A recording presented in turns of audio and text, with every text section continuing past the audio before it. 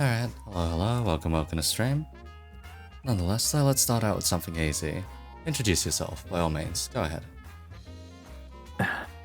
Oh, good morning, good evening to, or afternoon, wherever you are in the world. Hi, I'm Renée Ta'ala. I'm a half-elf Bardian VTuber, or virtual streamer, however you want to put it.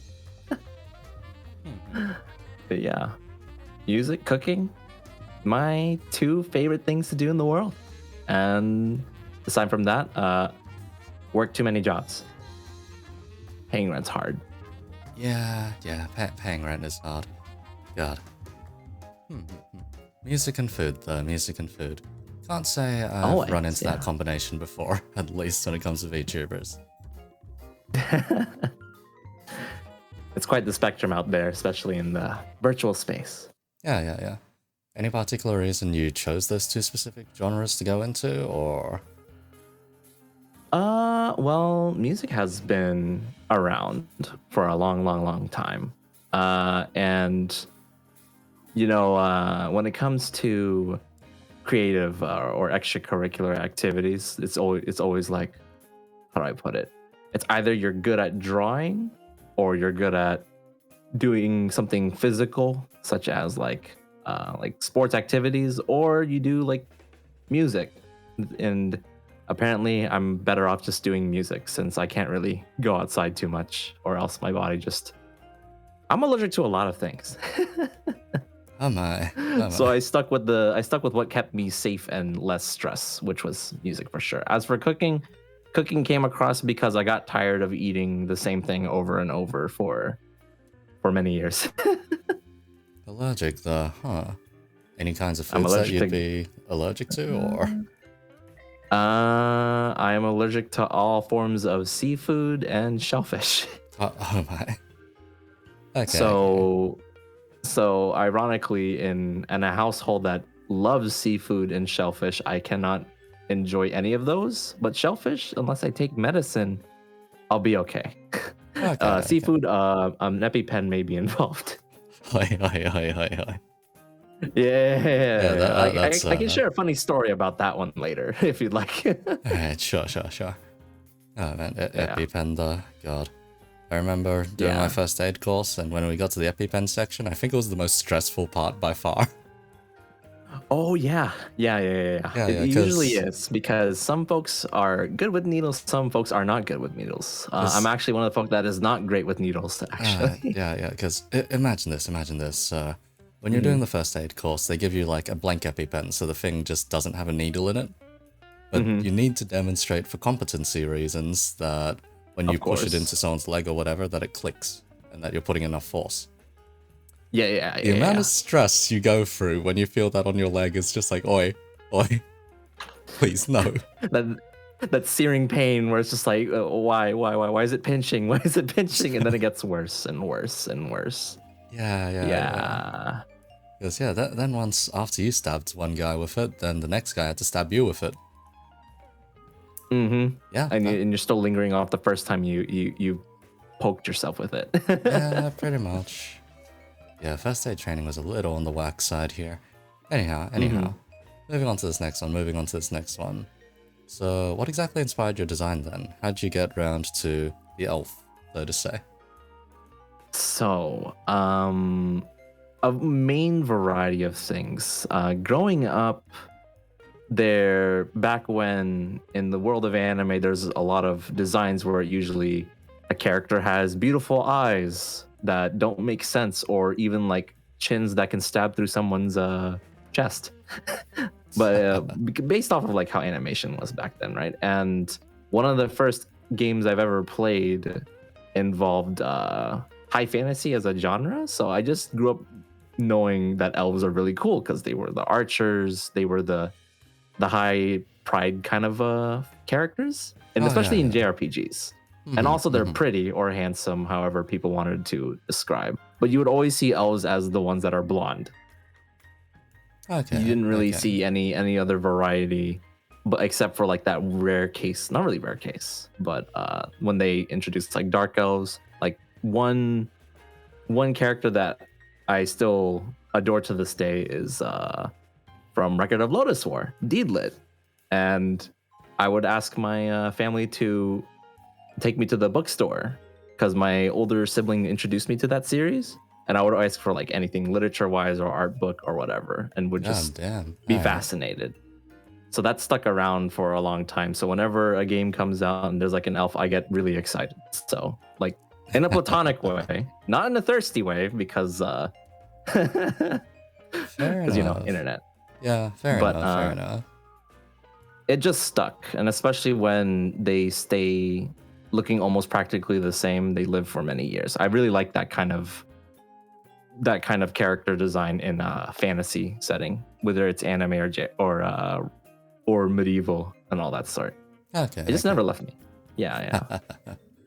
As enough, for the other parts of the design, like my concept art mom, Yules, or known as Razor Owl in other spaces, she loves her owl aesthetic, so she always has a trademark in all of her virtual streamer VTuber designs. And I guess the most owl kind of feeling is literally my giant coat. Okay. Yeah. Especially with her palettes as well. Palettes are her huge strength, which I really love. I've been a fan of her work for a long time, since the beginning, and have been good friends to this day. Okay, fair enough. I actually didn't expect to have a lot of green, but I decided to live with it. So that's why I've been called a green onion or a lettuce head at one point. Green onion. Yeah. Hence the gradient that you see on my hair, which I can show. Yeah. There you go. Move my best back. So main thing when I was going through your design to like pixel it out for the loading screen, I was like, there is a murderous amount of gradients here. Oh yeah, that's That's Yule's for you, along combined with Mama Ria's love for gradients as well. So picking an artist mom for the live 2D part was actually the most difficult part. Oh my. Because yeah, when I was going through it all, I was like, okay, so this fades into this fades into that, this green fades into, oh god, oh Jesus Christ, why? Everything fades into something else. Green screens hate me. Green screens hate me. Like as soon as like when the design was finalized, I was like, oh, I'm so excited, and I'm like, wait, I'm green. Which came into a whole conclusion of what screen can I use? But then I'm like, oh yeah, I grew up with Star Wars also. Blue screen. No, my eyes are blue. This is not going really well. So, if there's a will, there's a way. So yeah, here's the thing. Take a guess what color screening I am using on you right now. Either it's magenta or black. It's black. There's a reason why some of your ribbons are poking through the back. Here and there. Oh. But I think that's as good as we're going to get as far as I'm concerned. That just makes it magical at this point. We're good. We can make it work. This plane... God. Yeah, your lovely establishment is kind of finicky with my magic, but that's okay. We can make it work. It'll do. It'll do. If Cousin Vivi pulled through, then we're good. Okay, Vivi was also another case of weird green screen shenanigans, I think it was. Yeah, definitely. Because for them it was like, green doesn't quite work, blue doesn't quite work, magenta doesn't work either. Yeah. That's usually how it goes. Yeah. Let's see. Because the other part about your design that I tried working around, at least pixel art wise, was just, yes, there are a lot of ribbons on here. I can only include the main one. The rest are just a bit troublesome to try and include. Yes, my design mothers and concept mothers really love ribbons. It doesn't just stop there. Like I even have ribbons, even at below the waist at this point. Oh my.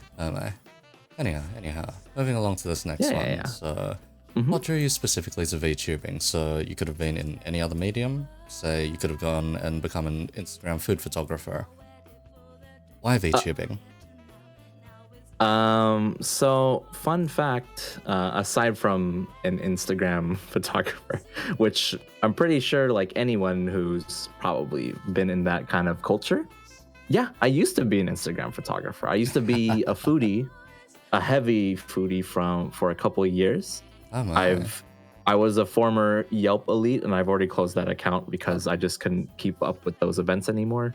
But it all comes to being passionate on how food is made, and like also I had an amateur photography background too, but that didn't work out. So I just ended up, instead of taking pictures of people, I took pictures of food.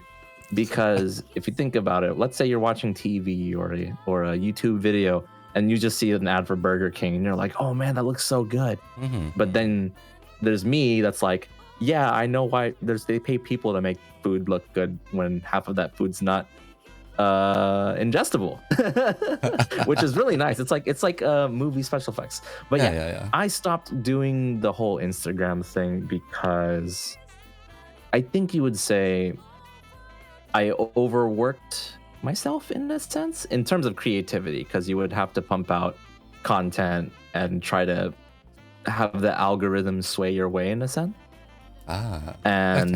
Eventually it came, I think what kind of stopped me through and through was when combined with Instagram folks saying like, it's just food. But people will try to bring down the negativity on that. And, usually I'm fine with it. But also, like, I used to love reading comments about, like, oh, I want to try this food place. Or now it's just like, oh, the greens on this lettuce is not good. And I'm just like, okay, you 13-year-old. But anyways. And then combined with Yelp, being a Yelp elite, right? You would think it is a unique status. And it's really nice to get to know new establishments.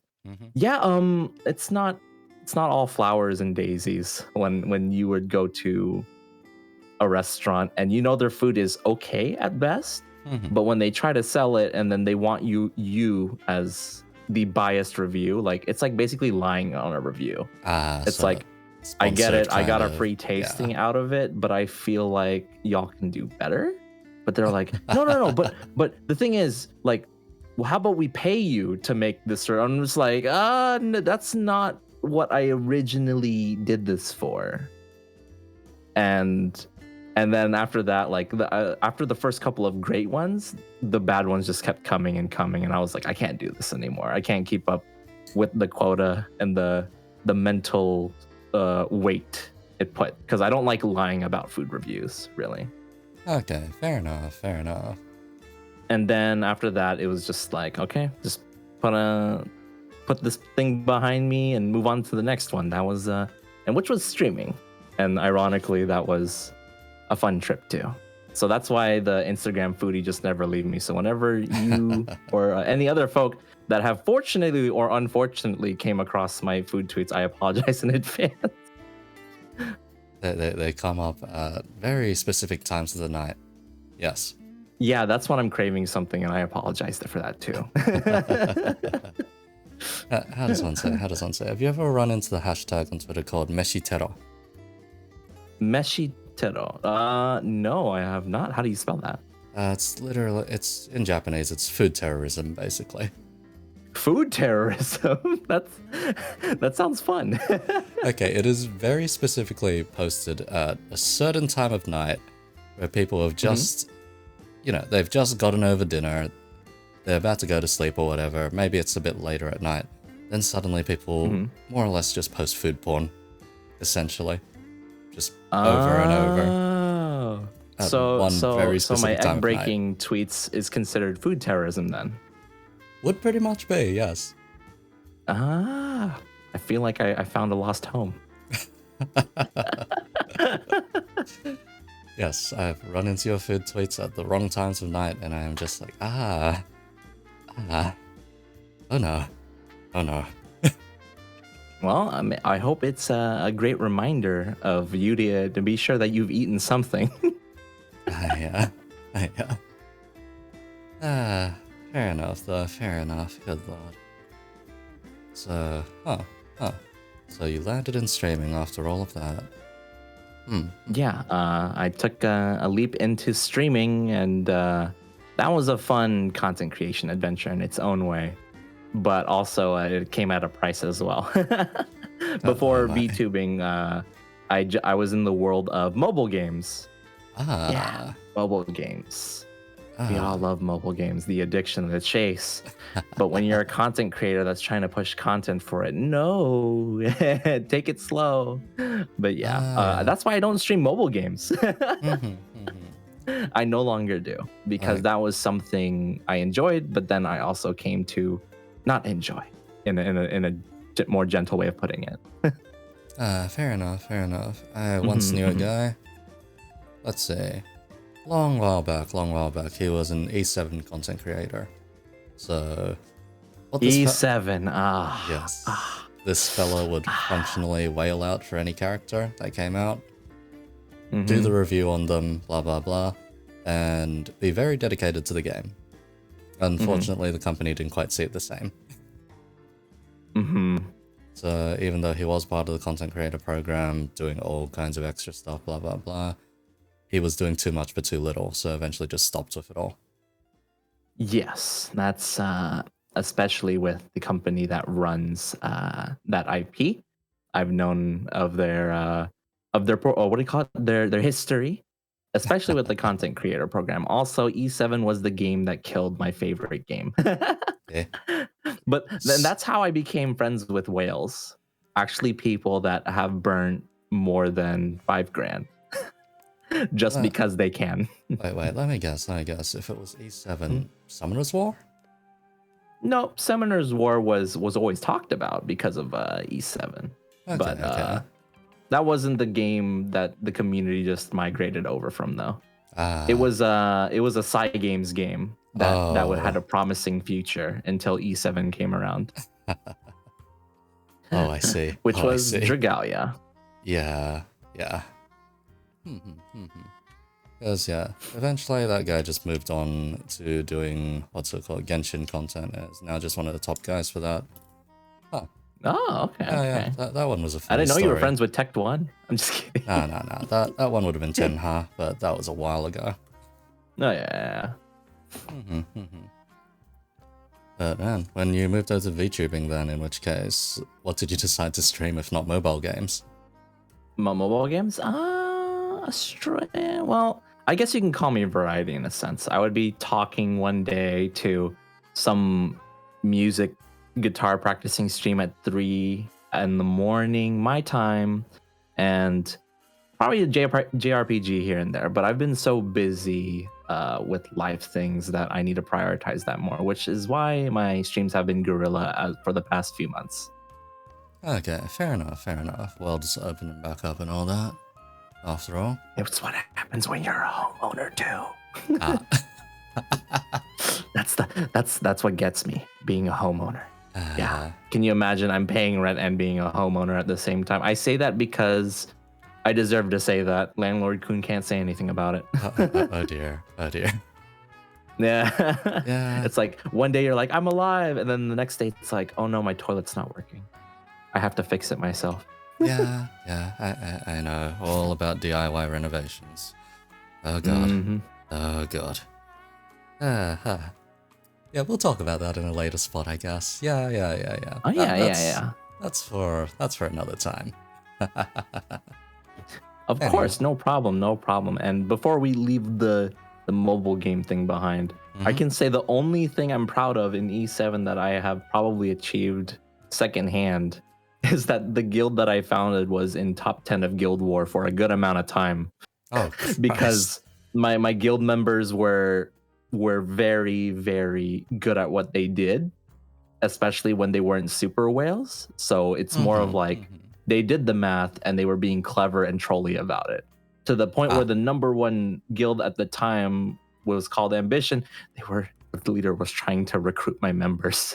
But my members were like, it's not about being number one. We just want to enjoy the game. It's just ironic that we are top 5 at most. Okay. I would say the name of the guild, but then that would sort of dox me. But also, one of the words in the name is considered offensive in the community, in the VTuber community. So I will not say the word. Okay, fair enough. Fair enough. Yeah. But that's the mobile gaming life. I enjoyed it when I still could. I'm still friends with folks, but I left all that behind. So not a lot of people know about my VTuber adventures. Yeah. Fair enough. I think the closest I ever got to like top guild status in any game was probably PSO2, but that was for the American release. PSO2 is great. PSO is great. I miss that game. Here, I'll even put on my glasses. Alright. We'll shift over to the next question then. So, what was getting a model with Iron Vertex like? What was your process like? I've heard Vivi's one, I've heard Sky's one. Let's hear yours. I still remember Vivi's story to this day.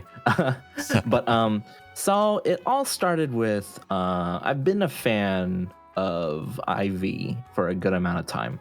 Back before the era of Kiryu Koko, right? When it comes to VTubers and stuff, I'm just like, oh, live 2D is so cool.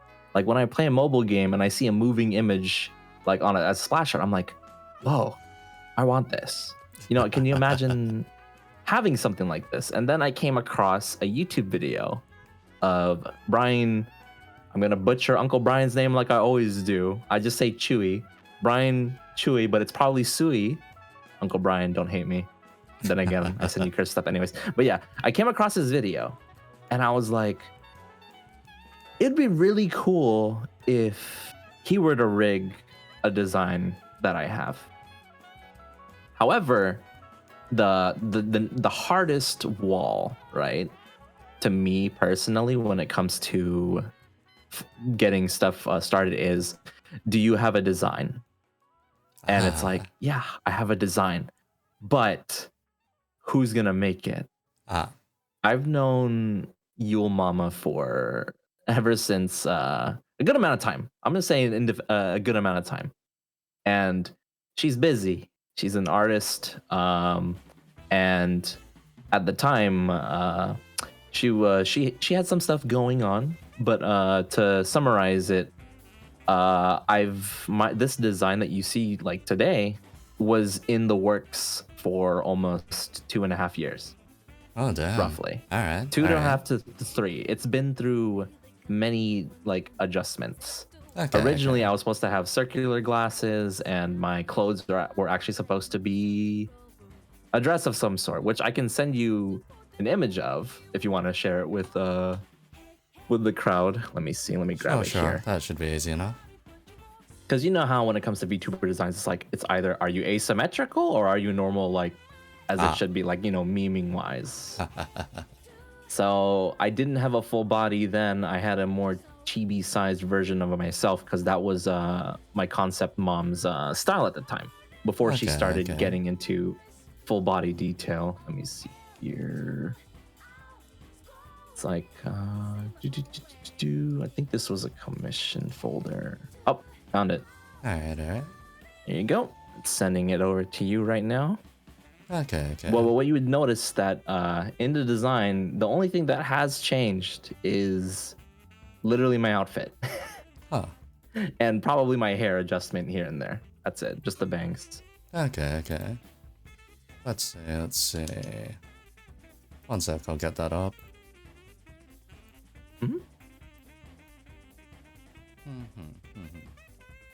Oh, I And also, see. this was, I wouldn't call it a phase. She'll probably yell at me for calling it a phase, but it was also the phase of asymmetry. Yeah, I see it very clearly, the asymmetry. Oh, yeah. Oh, yeah. Yeah. Eventually, I thought it was cute at first because it was originally a mascot design, but then I was like, I love it, but I don't want to look at it every day. That kind of feeling. Okay. As I tell concept mom, I was like, Mama Yules, I'm just gonna throw my wallet at you, but don't do this again. Please help me come up with something else. Oh, that's interesting. The image for some reason just loads as the top of the image, not the rest of the image. Oh no, my body. Yeah. If I'm to just show the image on screen as what it loads on OBS for some reason, that's what's loading up. Oh no. I'm half of my body's missing. It's okay. I can just glue it back together, I hope. That's it. Yeah, it should show up fine, but give me a second here. Yeah. Let's see. How are you doing, chat? Hope you've been well. Hope I'm not saying run-on sentences too much. I tend to look left and right, and if I'm blinking weird, it's because I have astigmatism. I will let y'all know right now I have astigmatism. Okay. Let's see. This should work, hopefully. Let's see. Expanded that out, and still not showing. Interesting. What's going on then? What's going on? I see the top of my head on your on your stream right now.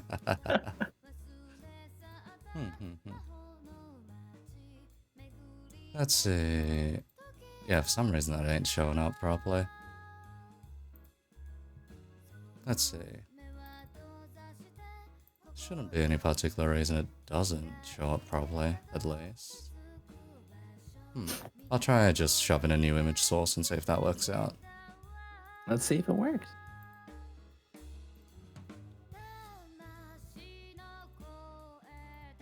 Oh, now it decides to work. Oh, see, it was just shy, probably. Odds are. Alright, there we go. Yep. Asymmetry. There you go, chat. The rare occurrence of seeing me in a dress and having one thigh-high sock of my nickname on it, along with some sort of ballet shoe string ribbon thing. Yeah. Mama Yules was very insistent on me keeping it, but I was like, we'll move on. And she was like, okay. And then, yeah. Asymmetry being very interesting. Yeah, it's a unique aesthetic, but eventually over time, it's like, if you can live through that every day, I give you all the props in the world. Yeah. You have to start wondering at some point. Let's see. You have to start wondering who wakes up in the morning and decides I am going to wear 2 different socks. I tried that lifestyle. I can't do it. The Wait, textures you've would tried clash. it? Yeah, I've tried wearing 2 different socks for a week. Regret, and then it just ruined the texture. The texture's just not even anymore. And then I ended up having to get new pairs of socks. Oh my. Okay, fair enough.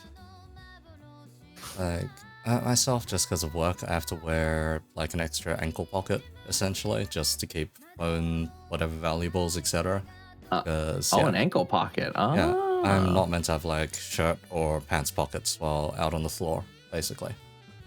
Oh, that's interesting. Yeah, especially in the casino, right? Yeah, integrity problem, essentially. Yeah. Integrity. Oh, okay, that makes sense. Yeah. So, I totally understand. Yeah, instead, if you do have a phone on you, it has to be concealed and on silent. To maintain the professionalism. And also, you know, it's good if you look like you're doing your job without any potential distraction. Yeah, pretty much, yeah. Anyhow, so past the design aspect of things, what else did you go through then? Oh yeah. So yeah, after design, so while I'm going through the process of trying to get my reference sheet, I was also on the lookout for, like, there's been a total of 3 Iron Vertex applications, because it's either you want to email to inquire, or you wait and look at their Twitter with the bell on every week. And then whenever you would see Blacksmiths of Iron Vertex has tweeted, you're like, oh, is it opening?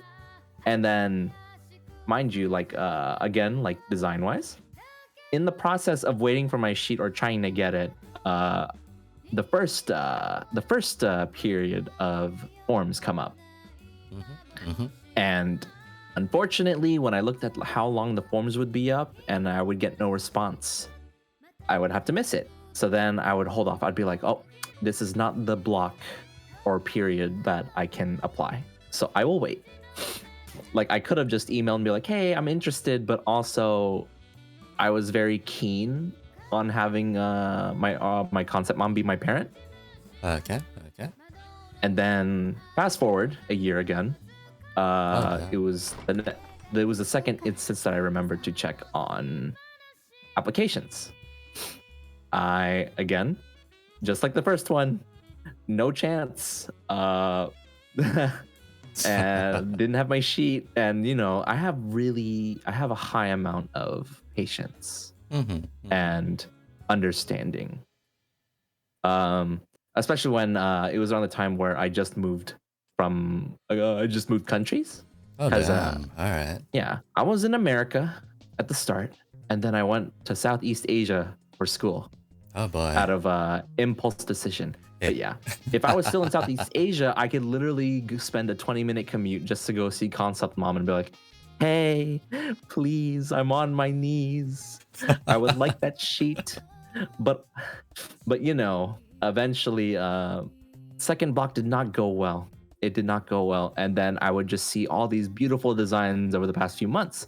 And at that point, I was like, I think it started when I started becoming a fan of my rigging parent, Akatsuki Enma, who I call Enmama. I've noticed that she rigs really unique things, and she was also an artist, which kind of appealed to me. So at that point, she became the one, like, I actually had her as my preference for rigging too, because she rigged, I probably like talked about her on a debut, on my debut a lot, but she rigged a, like, what seemed to be like an art gallery exhibit, and it was a moving painting basically. Caution warning for those that are interested, it actually is horror themed, so if you're for the faint of heart, I do not recommend, because it actually looks really convincing in the year that she rigged that piece. And it was an award-winning piece as well. So at Akatsuki Enma or at Iron Vertex, you'll find her portfolio there on her social media anyways. But yeah, So yeah, that's when I was like, Brian would be cool, but I think everyone's starting to slowly notice, for those that were live 2D enthusiasts, that Brian's work is famous. Uh-huh. And then fast forward again. I know I tend to say fast forward a lot, but that's really the story of how it goes. Like Yeah. in the process of me having a non-existent reference sheet, because I could go to any other artist, but I dedicated almost 2 years to my concept mom because I love her to death. She's like family. And then third forms happen, and I was like, I don't know. I'm not really feeling it. I need to be more assertive, but I don't like being I don't like pushing for it. But also family and friends have been like, you spent almost 2 years. You need to be serious as a client. And I'm like, okay. All right. I'm going to apply, because I've been prodded by a good friend of mine, because she applied too as well. She said, if you apply, if I'm gonna apply, you might as well, And I'm like, you know what? Okay, I'm gonna do it. I'm gonna fill out the form. I'm gonna say what I want, because this is how I envisioned everything. And as soon as I hit send, I get a ping from Concept Mom, right? And this is the crazy part. She goes, hey, is this okay? And I'm like, what do you mean, is this okay? I check my email. There's my sheet. And crazy enough, it's basically the design you see now, except it wasn't fully rendered, so I didn't have my shiny gradients or anything. It was just reference colors. And I was like, you know what? I will take it. I will happily take it. This is okay. We can work off of it. And in the process of this, I also was caught up with some IRL commitments too. Okay. And I almost forgot that the email that I applied to the Iron Vertex form with was a former personal email that gets a lot of spam, so I ignore that email. So that was an oops. That was a big oversight on my part, right? Because you know how Cousin BB was like, oh, I want this. You know what? I don't want it. Like, that's BB's side. My side was, I didn't know I had an email sitting in that I didn't have a response sitting in that email for over a week and a half. To the point where Soy, the project manager of Iron Vertex, finds my Twitter and DMs it. And I'm just like, why do I have a DM from Iron Vertex? And I'm like, because, at this point, a week and a half, I think that I didn't make the cut. So, because I'm used to, because of past work experience, when you're applying for jobs, it's either you get a cold call or you get the, I'm sorry, unfortunately, you didn't, your future with us is not in, you didn't make it, basically. Yeah. So I got used to that. I got used to rejection, because that's how the real world is. But it was just a DM.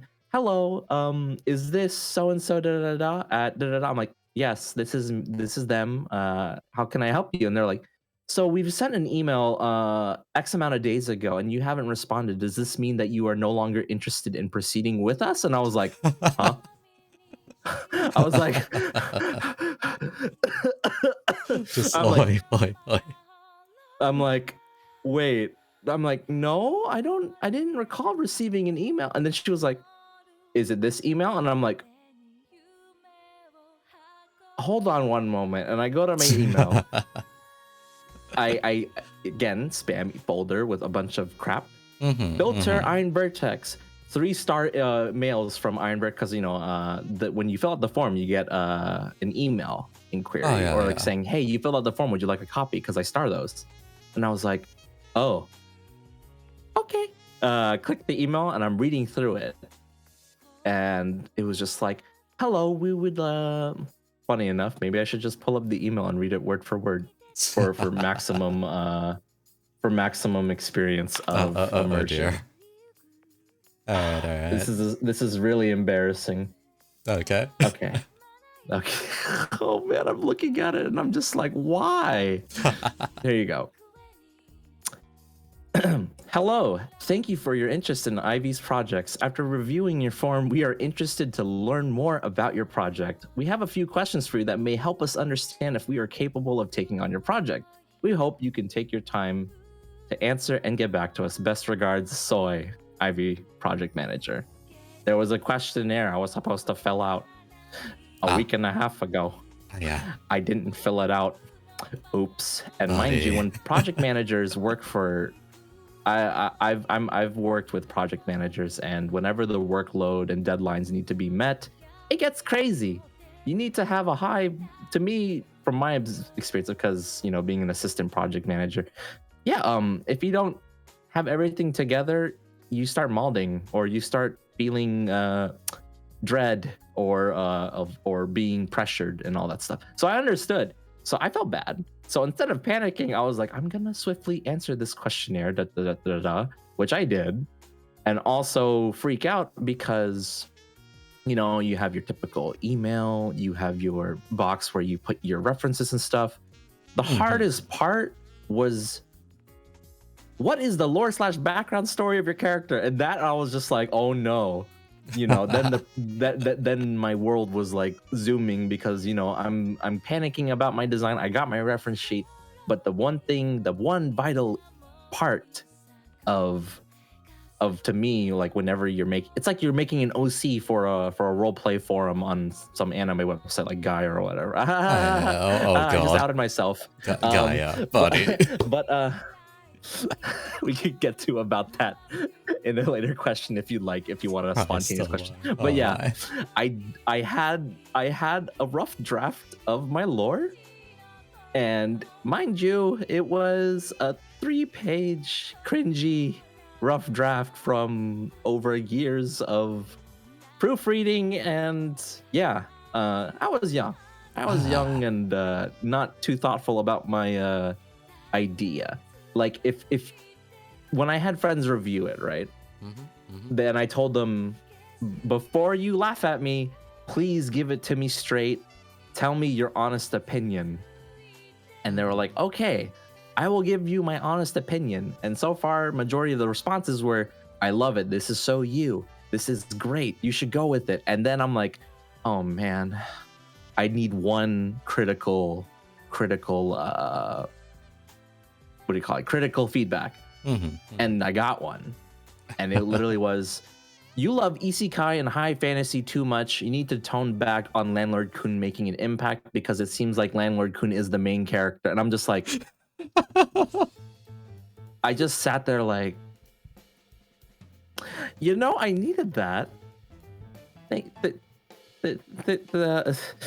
I sat there. I felt like I was, here, let me change my facial expression. I felt so called out. I felt called out, but then they were not wrong. So I was like, you know what? I'm going to fix that. Thank you. See, that's why you need to have real friends give you the true critique. But yeah, I had to turn that 3-page summary or lore into a 1-page short story hook. It's like a one-shot for a manga, I guess. I guess that's what that I could say. I know we've been on this model question, but that's literally how this process went. And it's probably going to be the longest answers that you're going to have in this interview, Eco, so I apologize in advance. No, that's fine. Don't worry. It's not like my radio days. It's fine. Okay, I just wanted to make sure that I wasn't taking too much of your time. But don't mind it. So I condensed it. I basically made sure that Landlord Kun is on the sidelines and not too involved with the lore, and that's how it goes. Like, I went through that, and this was all in a span of 6 hours, because I didn't want to take too much of Soy's time and then do this, do that. Like, do you have a previous model that was rigged by another? I'm just like, okay, this question doesn't apply, because I'm new. I'm new to this whole thing. I've been a live 2D fan for a good amount of time. I've been a Hololive Niji Sanji fan, Japanese indie fan for too long, and it would be nice to have one. So fill in the form, blah, blah, blah. And do you have a particular artist in mind? I'm like, sort of, but yeah, that's basically how the form went. And aside from that, like, I was like, where are we gonna go from here? So I tell Soy, hey, I filled out the form. I hope you get back to me soon. And I'm really sorry it took a week and a half. And it doesn't end there, Eco. It doesn't end there. Oh no. Oh no. What did you do? What did you do? You know when you leave Twitter on in your inbox messages, you don't get the notification of a message because if you have a window on that or a tab on that, it would already count as being read. Yeah. So I responded back, and guess how long it took for me to realize? Was it another week and a half? No, it was less. It was almost a week. It was 6 days, I think. Okay. To the point where Soy was like, if you are comfortable, can we please bring this to Discord DMs? And I'm like, I'm ruining my shot with Iron Vertex because I'm so tardy on responding back. Oh my. And then I was just like, I'm okay. If I ruin this opportunity, I can move on. I can probably try for a 3D model instead with Yuli. But, Yuli was also getting busy as well. So it was just terror at that point for me. But you know what? I'm braced for the worst. Make friends with the project manager. Okay, let's go on with the process. Okay. And then she was like, okay, so you have a budget. And I'm like, yep, I have a budget. Nothing's going to stop me. Okay.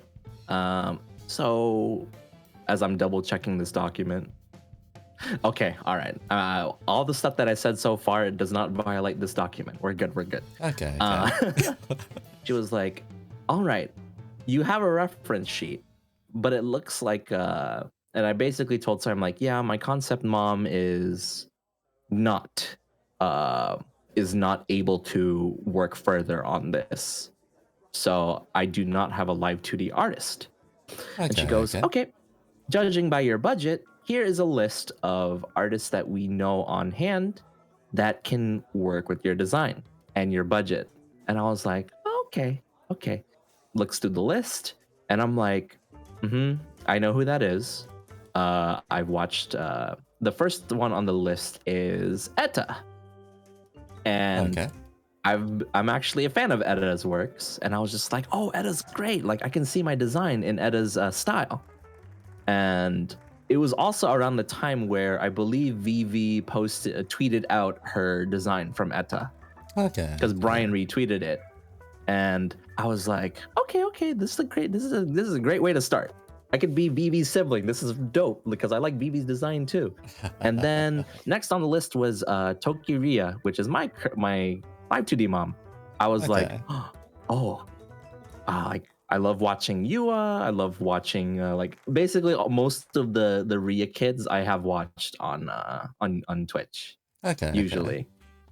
Because, while friends of mine have been getting into the E and VTuber space, I was still saturated on my JP VTuber habit because, that's where it all started for me. So I kind of have an attachment to watching YouTube streams in Japanese, even though I only know like an eighth of that language. But yeah, as it goes on, the list goes on. I can say that that Chai was in that list of artists as well.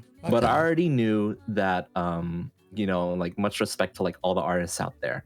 I already knew that my design can't bring out the power that is of an artist, Like I know how I envision it. If it doesn't work with me, then I have all respect, but I already knew that it wasn't gonna work. But I do love art. Because, aside from being a music fan, I'm also an art fan. I'm a super art appreciator. I have a fake, I guess you can say, a copy of Van Gogh's Starry Night in my room. But again, going through these artists, I bet I can throw out an artist name out there that would probably surprise people if I went with them. But I'm going to butcher their name too. Day or Day-Da. Or Die. They have a really unique art style where it's like if they drew me, I would probably look very Ikemen like. So more of the handsome, I would make your heart go Kyun, that kind of feeling. But yeah, it was a close tie between picking Ria, Mama, and Day at that point, and this took again.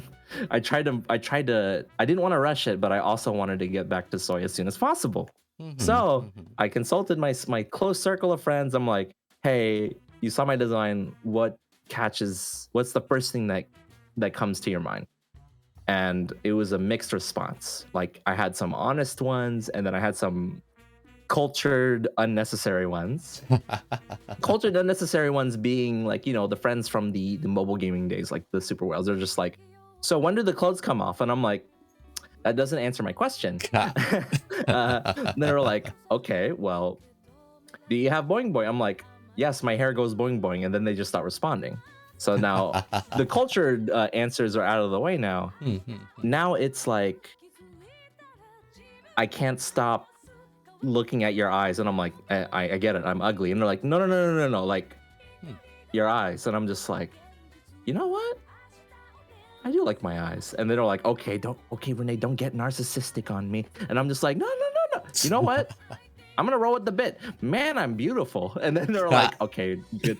Thank you for coming to my talk. And I'm like, all right, that cements my decision then. Because, I gave them the artist names and they're like, this is my top 3. And I'm like, okay. And then I go DM. So I'm like, sorry, I've made my decision. I'm going to go with Ria Mama. Or I didn't say Ria Mama. I'm like, I really love Ria's work. I love how they draw eyes. I feel like this is the direction I want to go. And then so he's like, okay, you sure? And I'm like, yes. So mind you, I'm being very professional and proper with Soy because this is the first interaction I've had with her. And at that point, I'm like, and she just goes, okay, looks like everything's good. I'm gonna go talk to Ria, and then I'll get back to you if she can pick you up or not. And I'm like, okay. 20 minutes later, all right, yeah, Ria's your mom. And I'm like, holy crap, this is amazing. I'm happy. Like, what now? Okay, I'm gonna need you to fill out these forms and please read this. Please read this. And I'm like, understood. I understand. And then she's like, oh, is your heart going doki doki right now? I'm like, I don't know. I'm reading this document. She goes, okay, tell me after you're reading your document. Wait. That's when I was starting to get hints. I'm like, maybe Soy's not so, I'm pretty sure she has a very gremlin side. I can describe that later. So I'm me that has worked many jobs in different fields, which is also, back to the VTuber design question. A lot of this design pertains to me, IRL. Oh yeah. Over the years. Okay. Yes. Okay. Like aside from I love elves. Elves are an aesthetic I'll never get rid of. Yes, I've worked many jobs. Hence, my VTuber lore is I'm paying rent. I work too many jobs. That's a given. And also growing up. By the way, chat, I forgot to say my pronouns. Any pronoun is okay. Whatever makes you happy. However you see me, you can call me an it if you want to. But yeah, freedom on that. Growing up in group of friends, especially in good old elf high school, right? In the group, you would always have the father bear, the mother hen, if anyone knows of that, like that kind of like friend grouping, family grouping. Yeah. I was friends with a majority of people, and it goes from being a brother to a sister to a mother hen. Like at first, I'm just like, can y'all make up your mind? I guess y'all can't make up your mind because at that point, like, elf high school, it's like, who's best girl or who's best boy or who's my husbando, waifu, that kind of thing. Yeah, no one would make up their mind. And also, I wasn't like folks can. I don't want to toot my own horn. Folks were attracted to me, but I'm not attracted to them in a sense. Like, oh my. Like I appreciate company, I really do. But I'm not dense. I can feel emotion, but I'm not really attracted to anybody.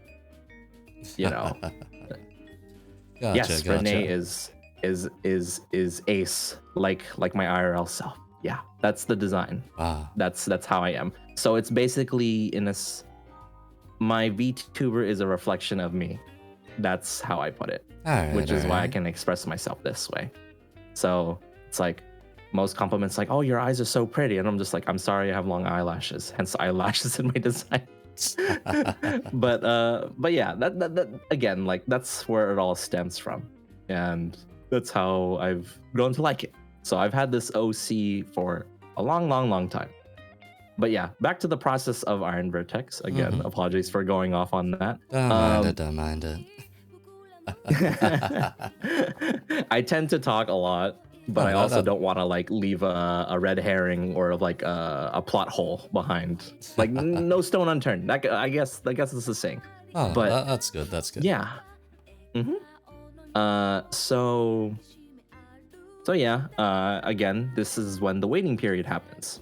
One, the adrenaline rush of, holy crap, I made it. It's like making the audition for like a Broadway musical in a sense. A high school production Broadway musical. If I were to say like the real world Broadway musical, then that's aiming too high. But you know, by the way, I love musicals. Man. So the adrenaline rush of, hey, I just read all this paperwork. Again, I've been an assistant project manager. I care about legalities. I don't like breaking the rules because lawsuits are not cheap, you know. No, they're not great. They're not great. And I've dealt with clients where they have broken the guidelines of. By the way, one of my past jobs was being part of a convention planning committee. So I see. And it's expensive conventions too. So not only from sleeving badges for entry to dealing with clients that don't care about you and treat you like dirt. But you know, I put on that smiling face. But yeah, anyways, the adrenaline rush of reading important fine print, which is, by the way, everyone in chat, fine print is important. Please read. Yes. You would think growing indeed. up and you're just like, oh, this video game has terms and services. Skip. When you're older, you should understand. At least give it one read through so you don't have to read it ever again. Because I'll be honest, once you read one, you can get an idea for any other future guideline or service. Yes. It helps you for both parties. That is my professional advice to you as someone that works too many jobs. But yeah, so I went to the form.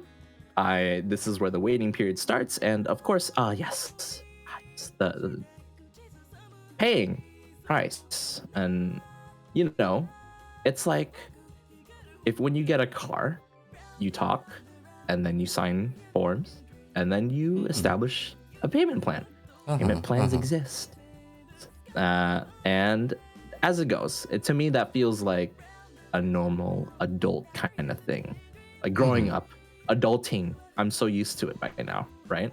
Monthly payments. Hey, did I mention I'm a homeowner?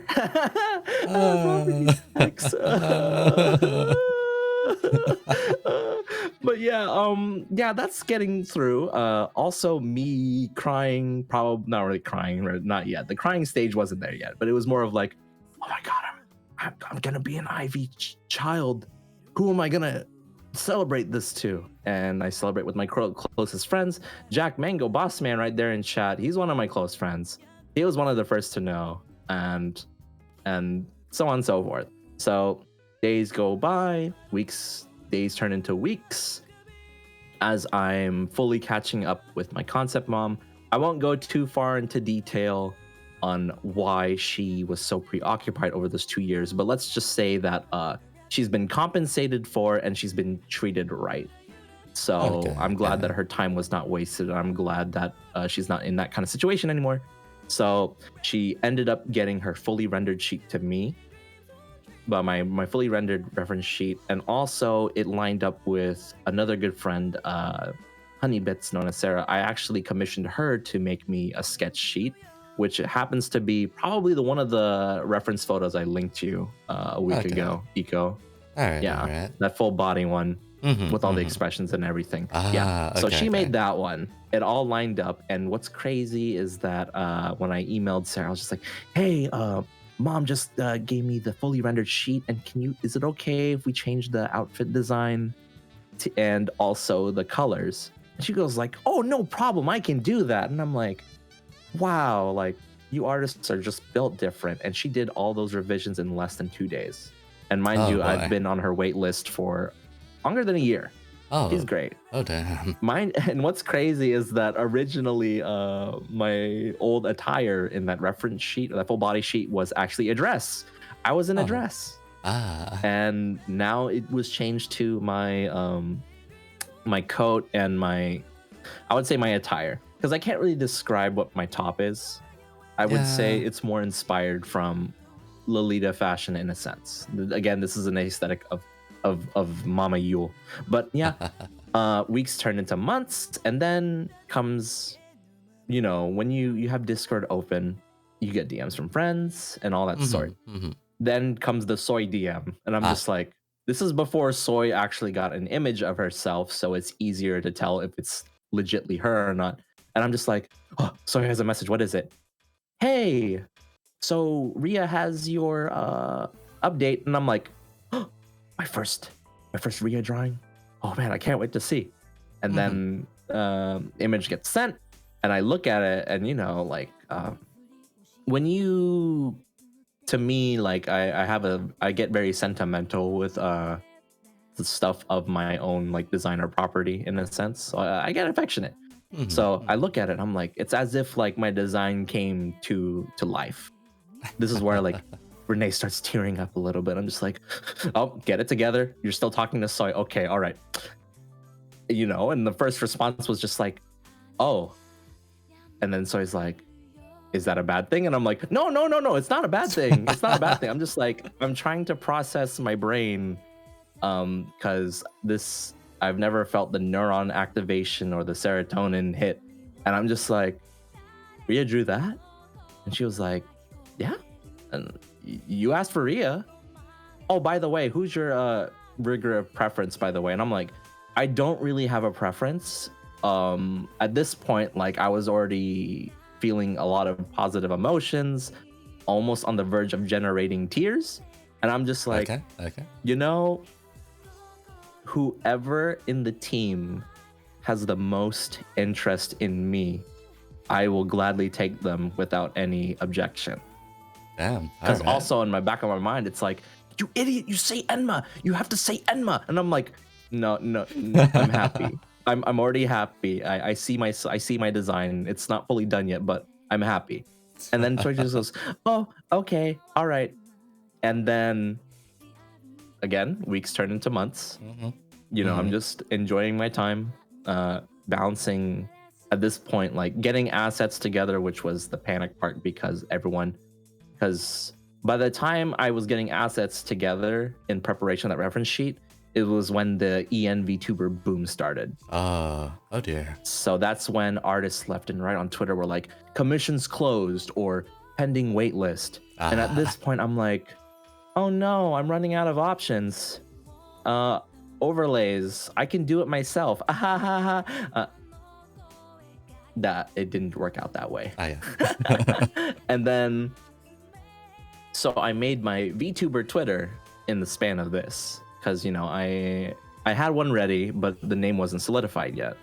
And by the time I was putting things together, I would get a message from a VTuber known as Fumiko Hoshi, and I'm just like, oh, who's this? And then I get followed by I think it was the EN VTuber's Twitter, and then I'm like, who's this? And then the DM, I don't know, this is like trailing off, but it was also involved with Iron Vertex in a way too. And then DM from Fumiko Hoshi, and I'm like, hello, hi. And she was like, hey, are you perhaps? And I'm like, like, you know, because you know when it comes to doxing, right? And you know, we all know how it goes. It's just like respect identities and stuff. Hi. You wouldn't happen to be, and I'm just like, huh? Like my eyes were like widened, and I'm like, wait a minute. And then I look on the Twitter, I'm like, fam, is that you? And then she's like, yeah. And I'm like, you're an Iron Vertex baby too? And I'm like, yeah. And I'm like, Like, because I jumped into this practically with like, some friends were already got their head start already because Okay. Yeah. so they got their models and everything, but I'm the only one of my friends that I know that took the IV plunge in a sense. And then I felt like I wasn't alone.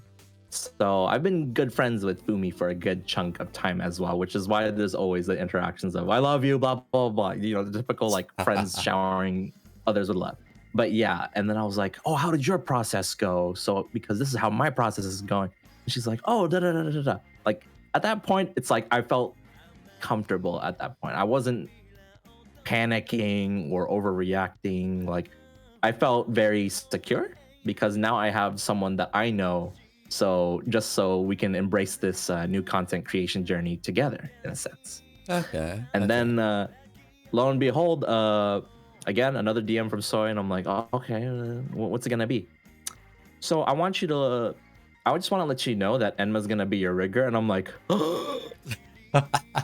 then Nice, I guess nice. you could say I'm fangirling at this point. And I forgot to respond because also an IRL emergency happened at the time. And then it ended up taking probably an hour or two, and I come back. And so it was like, hello, are you not happy with this decision? And I'm like, no, something came up. I forgot to tell you. I'm sorry. So I may be calm and collected on Twitter or this and that, but when it comes to things like whenever something comes up, I forget to follow up. It's really. I see that Soy has followed you. Yeah, that was Brian earlier as well, by the way. They've been around for a while. I just didn't mention it because you were in the middle of this. No, it's okay. But yeah, as I'm looking, I know that's cousin Ron. Hi, Uncle Brian. Hey, Soy, how you been? But don't worry, I'm not nervous. I was about to laugh really hard for a second. But yeah, this and that, and I'm like, oh wow, I can't believe and Mama is gonna like you said her name 3 times. That's true. I rubbed my lamp too. My command seals have run out. Help. Good luck. But I'm just in the back of my mind. I'm like, oh man, it's like a dream come true. It's a dream come true. Like I got the live 2D parent that I really, really, really like. I've been a fan of on the other account, which I have locked safely. No one else knows that account. Ha ha ha. Probably some people do, but they're not gonna see anything. And then I got the rigger that I never expected at that point. And now I just sat there. Like now it's just the waiting game. It's like, what would I describe it to? It's like when my friend bought a Tesla, but he had to wait for a year and a half for it. Jesus Christ. It was that kind of feeling. It's like, at least I don't have to wait for a car, but it's a nice car. But yeah, it was just hi Renee, keep talking. Don't worry, I'm gonna keep talking now. Now I have to watch what I say. And then at this point, it was just grooving. I would always message Soy weekly and be like, hi, hope you have a great week. Thank you for your hard work. Like I would do it weekly because I didn't want to imagine getting messaged by a client day after day after day, back to back, right? I've dealt with that too much in my personal life. And the thing is, like, the worst part, back in that field of work, I had to be that person. I had to keep asking a client back to back, and then it would turn out negatively. But you know what? At least, I would just point out, hey, if I'm being a bother, just let me know. And they're like, no, it's okay. But then, I would reap the consequences after. That's how that past work went. So, in the end, it's like appreciating the folks that work on your projects, right? Because at the end of the day, like from past experience, you can work on a grand, amazing project, and then only one person at the end would be like, oh man, that was so amazing. And then the others are just like, all right, on to the next one. And you're just like, with the time I put, the sleepless nights, and all I get is just one like, holy crap, that's amazing. But instead of like applause. Like, you know, yeah. words of affirmation. I'm not one that likes words of affirmation, or that doesn't depend on it. But, you know, if I could get at least 3 thank yous, I can get on with my day. I can get over it. I can be like, whew, I did a good job. But what did I get? Only 1. So that usually results in nights of, I'm going to get Whataburger and cry about it. But anyways, so yeah, I would message Soy weekly. I'd be like, hi, I appreciate you. You're amazing. I hope the whole team's eating and drinking, please. I'm so worried. You know, that's my inner, again, assistant project manager leaking out. I really care about people I work with or that work with me. And then after that, man, I should have, maybe I should have digged through the DMs beforehand. But over the course of time, eventually it's like, like art here, art there, to sending clips. And next thing you know, I was basically probably comfortable with Soy and interacting with Soy at that point. Like my professional behavior started to lean towards to more of like, oh, as a mutual. I feel like I can talk to them as a mutual without distracting them too much. Okay. And then I came across Soy's Twitter. And then I was just like, oh. That's what I realized. You know what? I'll look forward to the day that Soy probably tries to send me something cursed. And I literally spent, ever since the day on that Twitter, I'm like, it's only a ticking time bomb now. It's only a moment of time before Soy tries to mentally scar me, because whenever Fumi would be like, Red, Soy's trying to mentally scar me, and I'm like, haha, that's so funny, you deserved it. And she's like, what? You're supposed to be a subordinate friend? And I'm just like, haha, your suffering is my joy. And she's like, what kind of friend are you? But anyways, so whenever, hence the trend of Soy going, which IV baby will I mentally damage today? And are traumatized today. But meanwhile, me, I'm like, oh man, I can't wait to see who she'll traumatize next. So then I'm like, and then folks would be like, Renee, just you wait, it's your turn to get traumatized. And I'm like, joke's on you, I'm far from broken. And then they're like, oh no. So yeah, the day of when Soy end up sending something cursed, I just go, that's amazing. But yeah, fast forward. We'll fast forward to the bit because I know you do have more questions. Hi. The day of, I got a DM from Soy, and this is around the time where I practically have my stuff together. Okay. I practically have my stuff together, except for the overlays. I'm still panicking for overlays, by the way. All right. It was a video, and I was like, that's me. That's a video clip. Hold on. I need to process this. I think I was playing the critically acclaimed MMORPG Final Fantasy 14 that you cannot play the free trial for anymore. That's the meme now. It was at a heavy. I was going through a plot point of a story, because whenever I get invested in a story, I might cry. So not only was I heavily impacted by a very powerful moment in the MMO story, I was also trying to process the emotions of watching my design move, watching my rigged model move. And yeah, I can probably admit it to the stream right now. Yeah, I cried. I cried a crap ton. A lot. Don't mind. It's an Aussie stream. You can swear as much as you'd like. I fucking cried, mate. But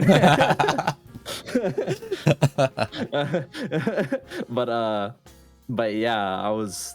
How did I type the response? I think it was a lot of OMG keyboard smash. So I can probably correct me on this later. But yeah, I was like, oh my god, I'm moving. That was the general feeling. I just kept staring at it. And I was just like, oh my god, that's me. Except Soy's in me. And see, that's weird if you take it out of context. But you know, content, right? Right. I'm just like, oh man, someone's in me right now. I can't wait. Like, this is amazing. Pinocchio, I'm a real boy. But you know,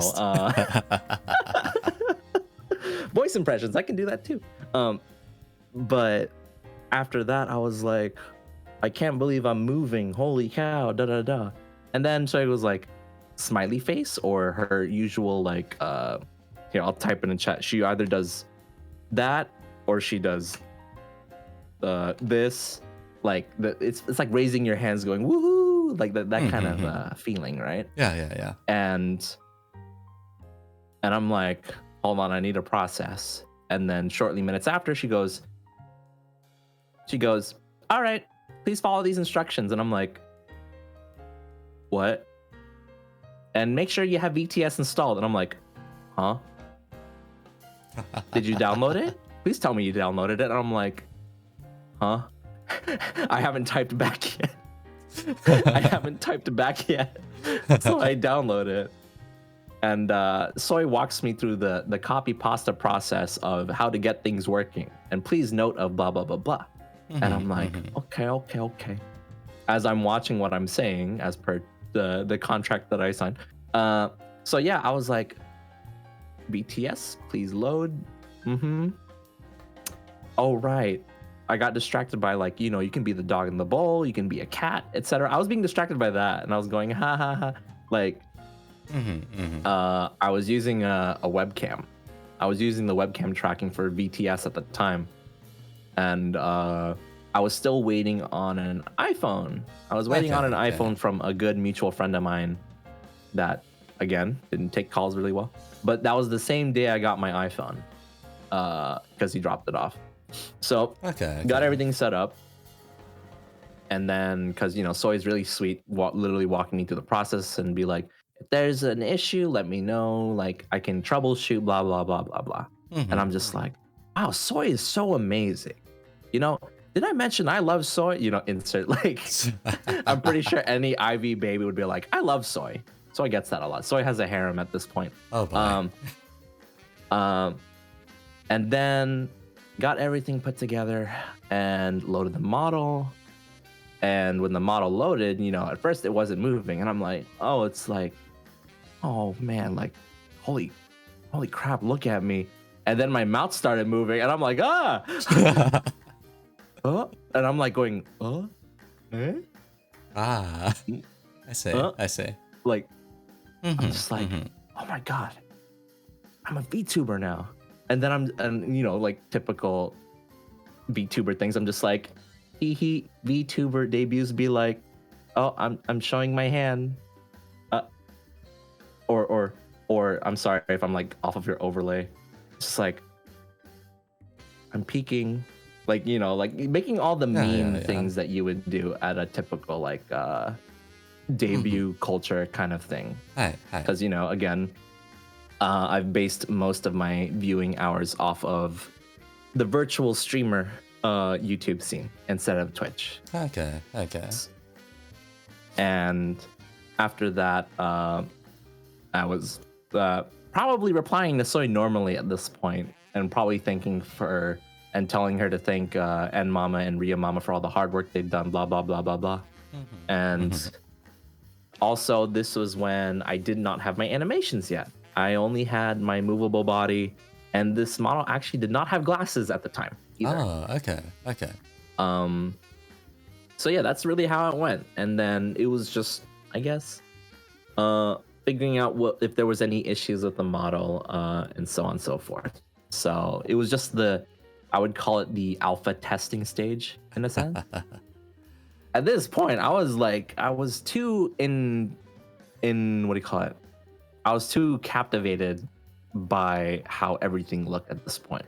I would rock back and forth. I would stare at my ribbons. I can probably confirm that I've stared at the ribbons of my outfit more than I have stared at my face. I will embarrassingly admit that. Fair enough. I would also zoom in on my model and see like all the minor details that Ria Mama has done, such as I didn't know that my body had sort of a tan line on my, like, you can probably tell that my shoulder and my arms are more pinkish hueish compared to closer to my chest where you would see a slightly paler shade. Yeah. I thought that minor detail was pretty crazy. And then I would look further down on my model and I realized that the tassels on my boots were also animated, along with the bells on my coat, which I can also showcase just a little bit right here. Like the bells are moving, and then you see on near my thighs like a tassel that holds the boot together. Yeah, and they yeah, also yeah. shine. Oh, damn. All right. Yeah. All right. So at first I was like, oh my god, it's a signature. It's a signature shine. I love it. Like, there's a lot of things. When you look at a lot of live 2D artists or live 2D animators, you can start to see their trademark. Like, what is the thing that the first thing you see and you already know what rigor it is, and so on and so forth. Okay. So I would just stare and be like, oh man, like, mama, and mama's so amazing. Like, I can't believe she, again, this is the whole stage of, I can't believe, like, is this a dream? Like, pinch me, I'm dreaming kind of thing. At that point, it came to, I probably spent the whole day and evening at my computer at that point. Messing with the model, getting an optimal experience. And then Soy just goes, hey, where's your phone located? And I'm like, oh, it's on my desk. And then Soy was like, she would pull out a sandal emote and she'd be like, oi. And I'm like, what did I do wrong? Am I in trouble? And she's like, no, put it higher, put it somewhere higher. And I'm like, oh, okay. You know what? Sure. Yeah, I'll put it higher. I'll figure it out. Goes to Amazon, finds a gooseneck, puts it in the cart. I won't be able to have it on top of my monitor, but I'll let you know when it comes tomorrow. So I bought a gooseneck for my iPhone as a mount to have it come the next day. And that's when, like, again, checking out kinks here and there, making sure I don't waste Soy's time any longer, because again, I just value people's time. I don't want to take too long, right? Okay. So that was most of it, and at that point, the animations came in, and then it came to the part where, hey, I want glasses. Was there a particular reason for that? You know how I said that my model is a reflection of me? Oh, yeah. It felt very it didn't feel memey unless memes. It didn't really feel like the true experience unless I had glasses. Okay, and also it was the era when everyone was memeing off of Fubuki from Hololive about her long copy, I guess you can call it the copy pasta, about how glasses are really versatile at this point. Yes, I've sent that Funnily to quite a enough, few people. I kept glasses on for my whole life because I could have afforded laser or LASIK, but I've lived with glasses for so long and contacts just couldn't work anymore, because when you have astigmatism, contacts get more expensive and they get more uncomfortable because astigmatism causes the dryness in lenses. Okay. So at that point, I resigned myself to, I'm gonna forever wear glasses no matter what. I can't do LASIK because if my eyes get dry, it will drive me crazy. Because I've dealt with that too long. But yeah, I asked for glasses, and then I spent probably a good couple hours getting those glasses, or like a reference going on, and be like, all right, so this is the glasses I want, blah, blah, blah. And then next thing you know, aside from being too busy to stream on a consistent schedule, I would just make Twitter content. But we can go with that with a further question. But yeah, the Iron Vertex process, it took a good amount of time, really great communication, and some haha interactions with Soy as well, which is why, like, if people were to view my debut on why I gushed about my experience with Soy, it's just because of how much of a fun process it was for me. Okay. Like that was, it was like a dream come true, but also I'm really happy to come to that point, you know? And Gotcha. to what I call the IV family experience, where I I think the feeling just escalated to, I want to share love to everybody. So I just started going to other IB children Twitters, and I'm like, oh, what kind of content do they make? And be like, hi cousin, da da da. And at first you would think, this is weirdo, like just calling cousins out of Edgar. I'm like, I'm sorry. This is how I kind of view it. I feel like I view it as like a family in a sense. Okay. And also it kind of cemented the whole, I guess, anime stereotype. Because you know how people meme, they're like, oh, haha, here. I'm like, aha, you married your cousin or your half sister. Aha, wait a second. Then it becomes cursed, right? Yeah. Which is why like you get hilarious interactions, like so on and so forth. Let's say like a VTuber child that Brian has rigged, right? Uncle Brian has rigged. They're like, hey Papa, can I marry my sister? And then Uncle Brian would be like, you'll find out when you're older. So it becomes hilarious social media interaction at that point, right? Okay. Because that's how it is, Yeah, as Boss Mango says, the VTuber family. Boss Man, we just made it more funny. But yeah. So yeah, now it's just like, yeah, you're my cousin, but that's the whole VTuber meme now. That's the IV meme at this point. Okay. So yeah, what was getting a model with Iron Vertex like? Basically that whole monologue / biography / I don't know how you want to call it at this point. That was my experience, and it will continue to be an ongoing experience because I may or may not have something later down the line. Who knows? But it can be it can be a very joyful process because things take time. Rome wasn't built in a day, as they say. But when you devote that amount of time on it, also think about the folks that are working on it too, because my way of life is just like, you can never be thanked enough, and that's why I always give it. Fair enough. I'm not crying. Shut up, chat. I'm not crying. But yeah, that's usually how it goes. So on to the next question, Iko, because that was the longest answers I have ever given you so far. Yeah. I think that might be the longest answer I've had to a question, period, I think. The story that might essay. have been, yeah. I think that went for about an hour. Probably a bit above an hour, actually, but... Congrats. If anyone has watched my debut, that's how a debut turns from 1 hour to 3 hours. Fun. All right. So next one's a rather simple one. Work-life balance of streaming. Would you call yourself a hobbyist, a part-timer, full-timer, or what you at, buddy? So, streaming, right? Back in the mobile content creation days, I was technically a full-time because I was not only figuring out myself, but I was also figuring out on how to interact with others. Because this was an avenue I would never thought I would make the plunge, but I feel like I wish I'd done it sooner. Okay. I went for the niche, and then after that, I would start reviewing everything professionally. Like I'm you can be your own worst critic, right? At that point, I was like, can I keep doing this full time? Will I have the passion to do so? Like I did with Instagram stuff. Because I would make all this foodie content. I would go to multiple places. I would take multiple pictures, and then I would put the photos in my computer and divide it into folders, and be like, this is what I'm gonna post in the month of so and so, on what week, etc., just for maximum interaction. As for streaming, it was a whole different beast in a sense. Could I have used my Instagram to influence it?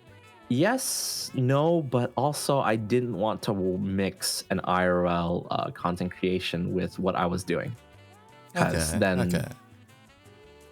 it's not like a fear of making the plunge, but it was also like figuring out what am I most comfortable with?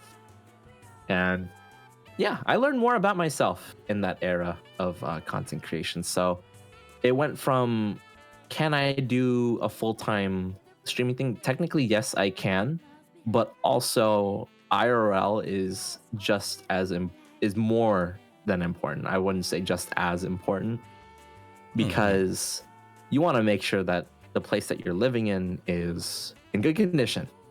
Because over time things will break and you have to fix it. You can also pay someone to fix it, but also it's like it came to a turning point of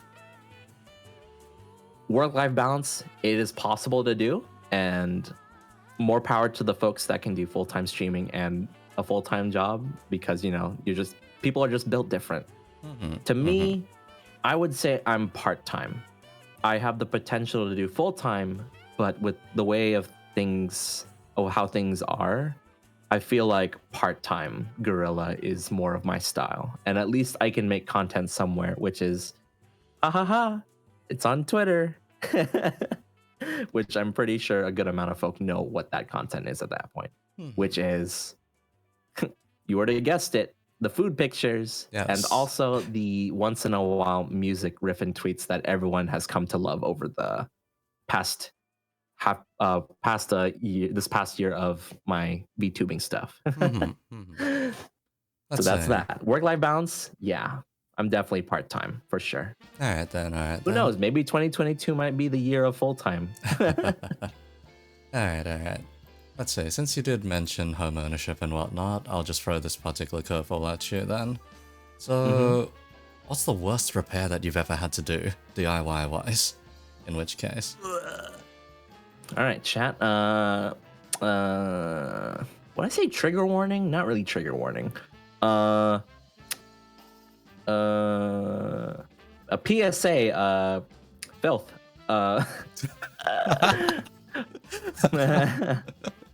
Oh, no. I've had to, when you have a dryer? Yes. And where lint gets stuck on the filter? What happens when the lint doesn't work or the machine doesn't work properly? Next thing you know, you're gonna have to clear out the duct that is clogged up with all the dust that have occurred over the years of using a dryer. I'm pretty sure you can find a TikTok or a YouTube video of someone that makes easy money, and all they have to do is go into someone's duct or air duct for their dryer machine and literally stick a tunnel snake drill thing and just get all that lint out. To me, that's disgusting. Okay. And as per usual, landlord Kuhn's late father was the handyman in the house. And he's an engineer of many fields, but the only thing he did not keep in mind was the maintenance of the laundry room. So yeah, not only did I have to clean all that dirt, fabric stuff out, also dust. I sneeze, and it triggers an allergic reaction to where it feels like my skin's itching, but it's not. So it's very uncomfortable to me. So I had to deal with that, because not only was I scratchy, but when I scratch, I get stressed, and stress equals to getting angry. Angry leads to scratching. So it's like a repeat cycle of dread at that point. Yeah, that was the first job. I cleaned that on my own with the power of Google. Oh god. So I didn't have to pay someone, I don't know, $500 to do such a simple task. Okay. The second job,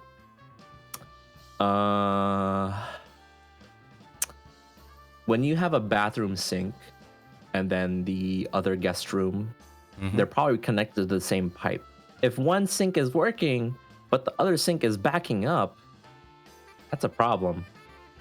That's a big problem. So you remove the pipe, you remove the P-trap or whatever you call the thing is, the U-bend on the sink, and soap scum, the hair. Where's my emote for this? I should probably emote with you on this. At the side, I'm just like, but yeah, yeah, it's really. Yeah, I had to clean that and a lot of that. And then it just doesn't stop there. I might as well replace the old flush mechanism of a toilet. So those are the dirtiest home DIY jobs I've ever done. Yeah. Okay. But when you're a homeowner, you got to learn. It's either you dump money that you could have used for food or skeb, or yeah, that's my life. It's like I could spend this for convenience, or I can spend this for serotonin and be happy about it. And I chose spend this and get the serotonin for being happy for it. Which is luckily my scab addiction is not that bad. Luckily, Eco. I've had some people with crippling scab addictions on here before. I'm aware. I'm aware. I'm aware. You're not up to the 80 plus yet. Anyhow. At least when I look on Scab and then I just see it's like catching someone in 4K but online because you already know that. I'm like, oh, they got a Scab. Oh, that's what they're into. But anyways, moving on to the next question. I'm the type that likes teasing friends. Oh dear. Let's see. I'll toss back my particular story on this one first. It's just, let's see. So the worst I've had, tenants of maybe 10, 15 years. They finally 15 years. They left the property in the worst state you could possibly imagine. Oh no. So imagine anything that has a hinge on it is off its hinge. Anything that was made of glass was shattered. The walls were covered in grease. The wallpaper peeling off. There was exposed asbestos. Oh no. There was bags and bags of garbage just left over. Cracked furniture, everything in between. Oh, and about what was it? 6 months of rent overdue. 6 months of rent? Yeah. Did you work for a leasing business? Nope. But good lord. So the repair That sounds process like a horror. was, yeah. It sounds like an Airbnb horror story. Oh right, I forgot to mention the mold. The sheer amount of mold. Yeah. Ooh, that must have been fun to clean up. I bet the people that you hired to clean, or the company hired to clean, must have had a field day and be like, look at this easy money. Oh, But you thought we hired people. Oh, you had to clean it with others. We didn't hire anyone. The only time we hired people was when we had to put in new walls. Did they react to how it was? It was gone, for the most part. Best condolences. How does one say? So, the only thing we hired people for was removing some of the wooden fixtures that we couldn't get rid of ourselves, so any kind of foundational stuff. And then making the external walls, because we took out the external walls. It was that bad. I learned over the course of maybe 2 or 3 summers how to put up interior walls, paint the walls, gyprock the walls, everything in between. Look on the bright side, Eco. You got a life skill that I wish I had. But so that's one thing you kind of want to appreciate in life. Like you learn skills through work that you never expect to learn, but you also realize how I don't know how humans do it with trying to stay clean, but you just deal with it. But on the bright side, if you happen to be building a house or something, you can rub your hands and be like, I'm somewhat of a architect myself. Oh, the family itself already has a family architect, funny enough. Man owns his own firm and everything. Are you related to Ted Mosby? I'm just kidding. Like hell. Ted Mosby, the architect. Christ. I'm a fan of that show. I'm sorry. No, fair enough. I grew up watching that one, actually. It'd be legend. Wait for it. Dairy. Okay. Self 5. But Christ. I love Barney Stinson. Fair enough. The most recent thing I actually saw the actor in, for whatever reason, I decided to rewatch Starship Troopers. Really? Yeah. Wow. Good lord. I haven't seen that in forever. Anyhow. Next one on this list. So people take this sometimes as a philosophical question. Not sure what angle you're going to take for it. What does content creation mean to you?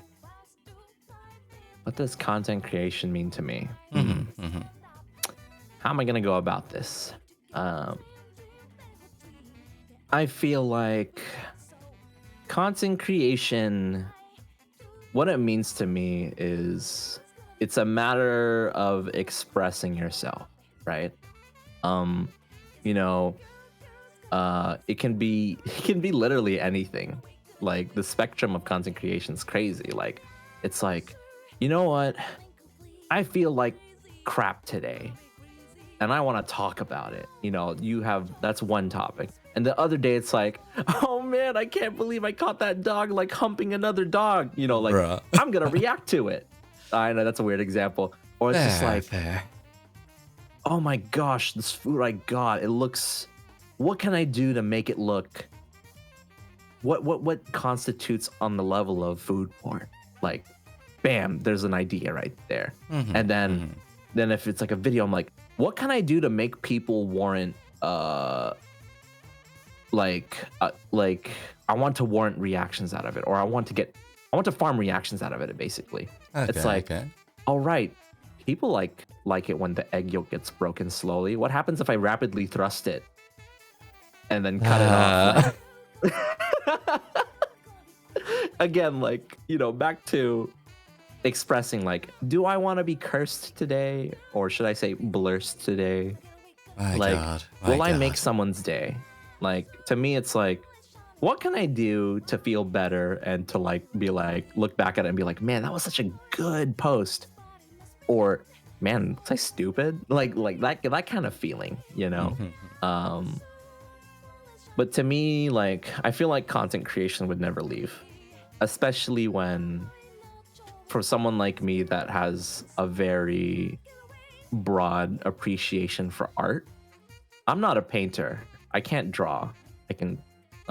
Sketching, like, I can draw one-line strokes for shading. Does that count? But or, you know, I'm not a dancer. I mean, I can do choreography, but, you know, there's always something to make out of it. And, you know, with content creation of expression, you're also sharing it with the world, and you have no restrictions you can put on yourself, really. It's like you have the creative freedom. Yeah, I love creative freedom. Okay. So to me, like, again, like, it's a part of me, and I feel like it will never leave at this point. I always want to make something, and I just really can't get rid of that. I guess you can say that, is it a lifestyle? I think you can consider it a lifestyle at that point, but yeah, I'll just go with it. It's my creative expression that I'll never stop doing, probably. all right. Oh, that one's fair enough then, in which case. Yeah.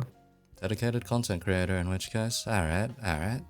Let's see. I grew up on YouTube, early YouTube culture as well, so there's hints of that from the riffing tweets. So it kind of brings joy to me when someone reacts to, oh, you did the thing. And I'm like, yeah.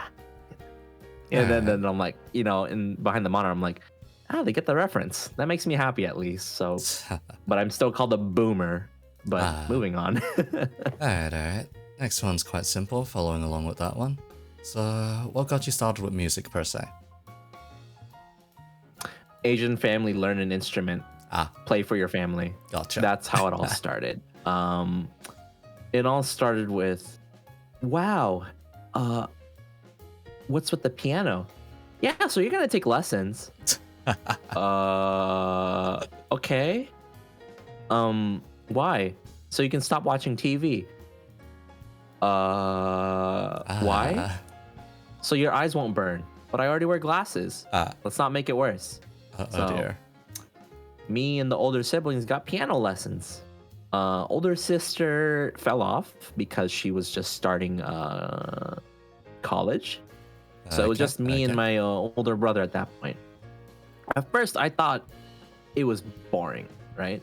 I also had to deal with elementary school where the music director was like, hey, class, please sign this waiver for your parents and have them put a check on it. And I would ask parents, I'm like, Music teacher said to sign this waiver and to make a check of $15. And you know, Uh-huh. typical Asian parents, $15 for what? Why? It's for a recorder. What's a recorder? It's an instrument that you blow air into to make sound. Why? Well, if we don't sign this, I just borrow the school's recorder. And they're like, then just do that. And then the next day, I showed up and I was the only one in my class that didn't have a waiver signed. Huh. And then, you know, everyone else in the class got a brand new shiny recorder, and I was the only one with a muted colored recorder. And then this is when I guess AOL Instant Messenger was a thing back in the day, and emails were, or just phone calling parents was a normal thing. Music director decides to call my mom at work. And because of that, mom came home and she was like, take this check, bring it to your teacher tomorrow. And I'm like, why? You said just to borrow it. Well, you're the only one in class that doesn't have one, so I don't want us to think that our family is poor. And I'm just like, okay, I don't get it, but okay. Next day, showed up. Mrs. So-and-so, here's the thing for the recorder. And she goes, good, here's your bag. So what was the reason why your mom finally agreed? She says she doesn't want me to look like the only poor kid in class. And then I remember her reaction to like her eyes opening wide. And she goes, sweetie, you're not poor. And then one of the classmates heard and goes, ha, so-and-so's poor. And then everyone was like, ha ha, you're poor. And you know, like, teacher's mad. Yeah. I'm not mad because I wouldn't understand at that age. And I'm just like, what's so funny? And the teacher's just like, it's okay, just come outside with me. And then she would close the door and I can overhear through the door going, don't make fun of your classmate like that. Da da da da. It's a serious issue. Da da da da. And then the director, like, you know, the choir or the music director comes, gets me. I know this became a story, but this is literally how I got started with music. Okay. And then at that point, I come back in. Music director goes, all right, tell the whole class what your parents do for a living. And I'm like, well, mom's a nurse. She works with, she opens up people that are dying and makes them not die. And you know, if you hear a kid say this, you would think like, oh, they're so morbid, but it's also funny. Oh, gosh. And then they're like, what does your dad do? I'm like, he's an engineer. He makes sure things don't explode. And then afterwards, they're like, the same person, the same kid. It's funny. My memory goes back really far. Same kid goes, you're not poor, you're rich. And I'm just like, huh? And then again, I got taken outside. Music director proceeds to scold the class for, you know, going, you know, basically making things unnecessary. You know, more respect to that teacher for dealing with kids like that every day. My God. And after that, started my recorder lessons, which was part of the curriculum. Okay.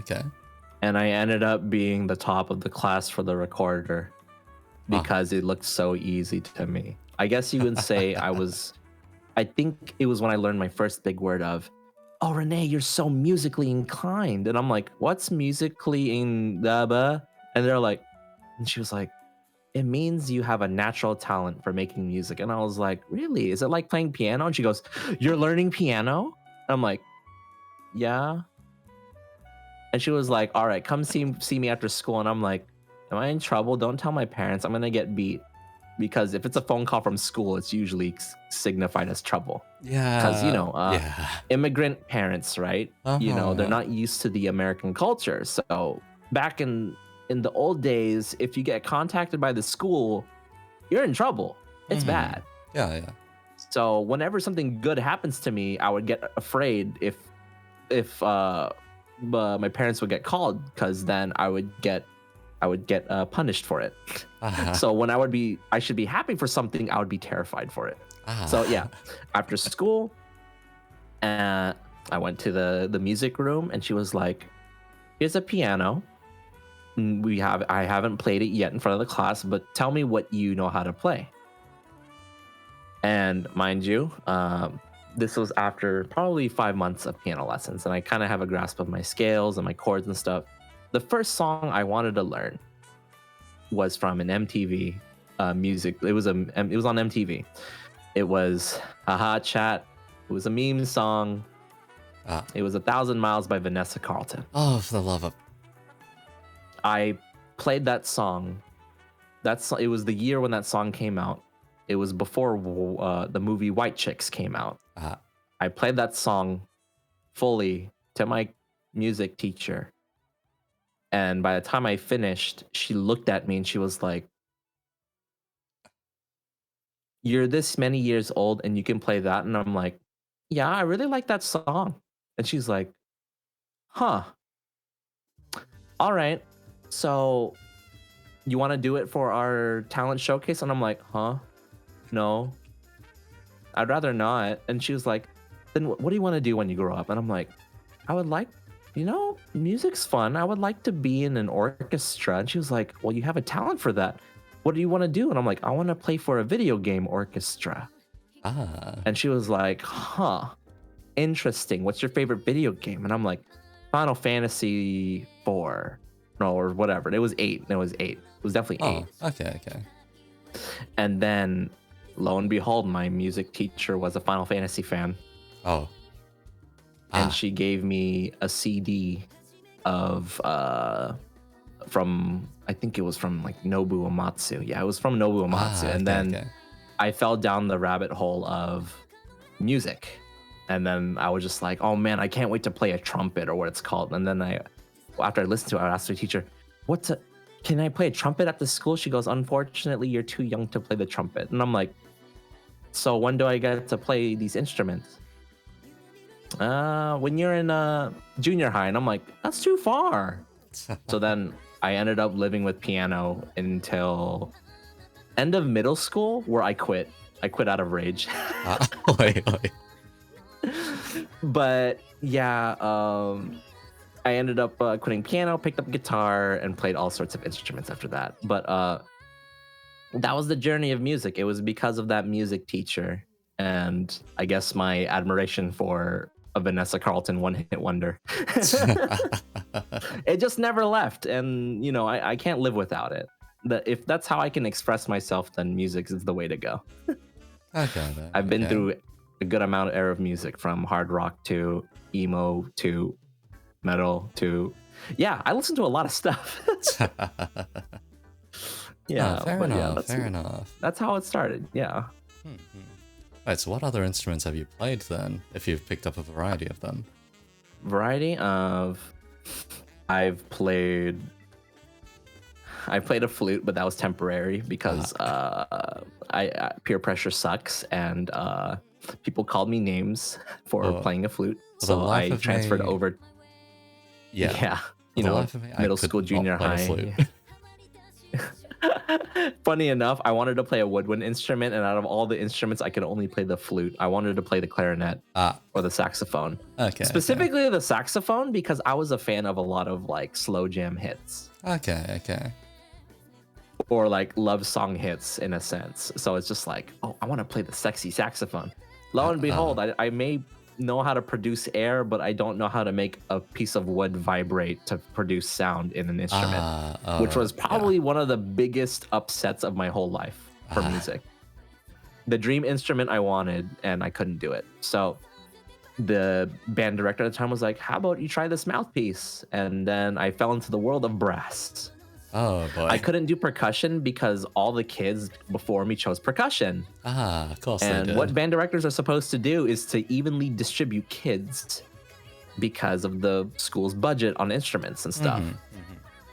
So I went to the brass section, and unfortunately, trumpets were taken. All the kids before me, like the kid literally before me, took the last trumpet seat. Was I pissed? Yes, I was upset. And I was like, okay, I want to do the trombone. Trombones were already settled as of yesterday. I'm like, well, that's unfair. At this point, like I was tempted to just tell the band director that I'm just gonna go join choir instead. And then, and he was like, no, give the other brass instruments a chance. And I'm like, what else is there? Tuba? And he's like, yeah, actually. And I'm like, tubas are lame. And he goes, okay, if you don't want to play a tuba, how about a euphonium? And I was like, what's a euphonium? It's like a French horn, but lower. And I'm like, oh, I don't mind. And then here comes the man that sealed my fate, the other band director. He comes in and he looks at me and he was like, he looks at the band director. Hey, what instruments did they play? Oh, they played this amount. And he was like, all right, here's a mouthpiece. I want you to hold a note or hold this buzzing sound for like X amount of seconds. And I'm like, okay.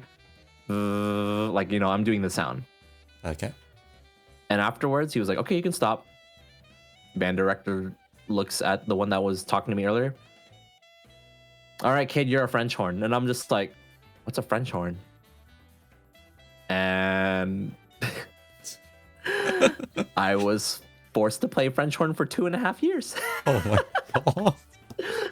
At first, I looked at it and I'm like, man, this instrument's so lame. Like, I have to hold it like this. And then afterwards, I'm like, oh, this instrument's easy. Boring. At this point, I'm like, man, I kind of wish I chose like euphonium or something, because euphonium is basically a bass. If you wanted to be a French horn but wanted to play lower notes, you might as well just be a euphonium. Okay. And also, it looked nice to hold too. But, over the years, by the time I hit junior high, I wanted to learn other instruments, which I did. I know how to play. I knew basic trumpet, basic trombone, basic tuba, euphonium. If let's say I stayed in America, I would have probably pursued a music major and probably have been like a private teacher for like French horns and euphoniums at that point. But no, God damn. I decided to go to the Philippines for school and ditch all that I've worked for behind. But eventually orchestra stuff. I wanted to play video game music, and we only managed to be, I would say, in that music part of my life, the one things I was proud of being in that band was we played Star Wars music, Pirates of the Caribbean music, and some cartoon show music. Addams Family, Scooby-Doo, okay. like all that stuff. So that was neat. So yeah, and if anything, my favorite band director of all time in junior high, I asked her for one thing, because she would ask the student body or like the band, list your songs that you think we should play, and we'll put it for our recital. And I'm like, okay, there's 2 songs I want to do. One's a video game song, and the other song is like a piece that I heard from way back. Okay. And the video game song did not make it, sadly, because I wanted to play a Final Fantasy piece. The second song was Scarborough Fair. Oh shit. I wanted to hear. Okay. I wanted to hear an orchestral version of Scarborough Fair, because in my city, there's a culture of the Renaissance, like the Renaissance era. We have something what you call a Renaissance annual festival. And I always go there because I love hearing bards perform, because people are dedicated to that craft. Okay. And whenever I go and I see the bards play and they have requests, I'm like, I want you to play Scarborough Fair, because in that, it's such a very depressing but very powerful song to me. So we got to play that at the recital, and the French horns actually have a really solid part in that. So I made sure I got first chair in order to play that part. I was that determined. That's fair. Nice. When it comes to chair tests, I could care less. I would bomb the test and not care. But the only reason why I got first chair for that song is because it was the chromatic scale as our chair test. And, typical stereotype, you want to stunt your ability by like doing the whole chromatic scale super fast and accurate, like blah, blah, blah, blah. Nope, I wasn't like the rest of them. What I did was I did it in one long breath. Oi. Because people would just be like, then like you can hear it in the office when they're doing the chest test. Meanwhile, me, do do do do do do do do. Like it's like you would think, why is Renee doing half notes or whole notes in this chromatic scale? They're taking forever. That's so lame. And then papers get posted up, and then I look on the list, and I'm like, first chair. Why is my name on there? And everyone's like, what? Renee got first chair? What is this? Is this rigged? What? Renee doesn't care about chair tests. I'm like, I really don't. And then the director goes, you know, Renee literally just did the chromatic scale in half note, whole notes, right? While all of you just rushed it like a half step. And everyone was like, oh. And then this is where Renee says something that's taken out of context, but you know, sexual humor, ha ha ha. Oh dear. I was just like, I literally was like, I guess I'm good at blowing. And then, you know, band directors looked at me, tried hard not to laugh, but they laughed anyways. And then the whole band group was just like, wow, Renee has a sense of humor, ha ha ha ha. And then, yeah, that just stayed forever. Oh my god, Scarborough Fair did not expect that one at all, actually. Yeah. Yeah. So whenever I hear Scarborough Fair, I feel all sorts of feelings. If COVID didn't happen, I probably would have attended this year's Renaissance Festival. Fair enough, because yeah, Scarborough Fair, even for me, I like that song a lot as well. It's a beautiful piece. Like, Yeah, if you yeah. hear the orchestral version of it, oh, but, you know, you can never go wrong with Bardcore. I need to listen to that tonight. Okay, because yeah, Scarborough Fair, like, oddly enough, the first time I heard that was actually in an anime, surprisingly enough, because... Was it the one about the long, unnecessary named anime and the main character is a blue-haired girl with a witch hat? Yep.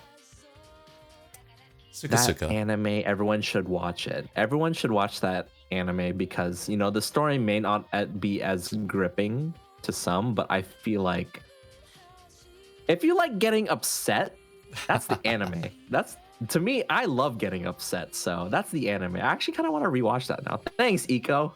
I love depression. That one, I actually recommend reading it. It's actually extremely good reading read. it, I would... Yeah. The reading, I would definitely vouch for more than the anime. I agree with you. Okay, because yeah, anime goes up to 3 volumes, reading is all 5, and then if you look into the fan translations for the sequel series, the sequel is ridiculously good. Yeah. Hey, Bossman Jack, I know you're in chat. You need to read that if you have the time to. But if you want to watch the anime, I don't blame you either. But yeah, stand that anime. yeah. When I heard Scarborough Fair in there, I was like, The moment I heard the string section play, I'm just like, wait a minute. And then by the time I mouthed out the words, "Are you going?" and I'm like, oh my god, because yeah, I do place that light novel currently as my favorite light novel, so yeah. I do not blame you. It's a great light novel. Because yeah, just in terms of writing, world building, etc., they do an exceptional job. So it's just, yeah. From a writer's perspective, that thing is bloody good and worth a read. Oh, I give it all full marks. Oh man, I kind of want to just rewatch it now and then reread it later for the holidays, maybe. Yeah. Would be tempting. Anyhow, imagine if I made my VTuber design based on almost like that universe. Everyone loves depressive lore, right? Based on Suka. Oh boy. No, Some of the yeah. character Oh, boy. designs, they're actually really good because they're very consistent is the main thing. Very consistent, and also like how powerful their palettes can be, especially. I love gradients. Who would have known like a hot color and a cold color would make a great gradient? Word God. art. I'm sorry, Iko. I tend to laugh at distress. That's my coping mechanism. Oh God. Yes, I'm that one friend where it's like, Edward, but you know, Christ. yes, I may or may have not dressed up Landlord's Kun in a wig for Halloween at one time. Oh my. That's it then. That's it. Yeah. Speaking of watching stuff, so what are your favorite kinds of streams to do, or what are your favorite kinds of streams to tune in on? Both of those. Streams to do. I like. To me, like a lot of people actually like it when I do just chatting. Okay. Because you know, it's like a watch together in a sense, and you know, whenever I have to get something done, I want to, let's see. One moment. My thing is acting up. Ah.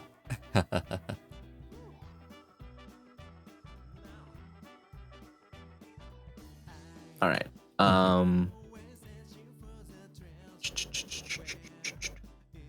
So things that are doing. So just chatting. That's always a great thing to fall back on because sometimes folks. To me, like when you talk with someone, even if you don't know someone, as long as you string up a conversation, like it really gets the day going, especially when you need to be productive. Or let's say that no one's there, right? I'm so used to talking to myself that I'd be surprised if people were to stick around,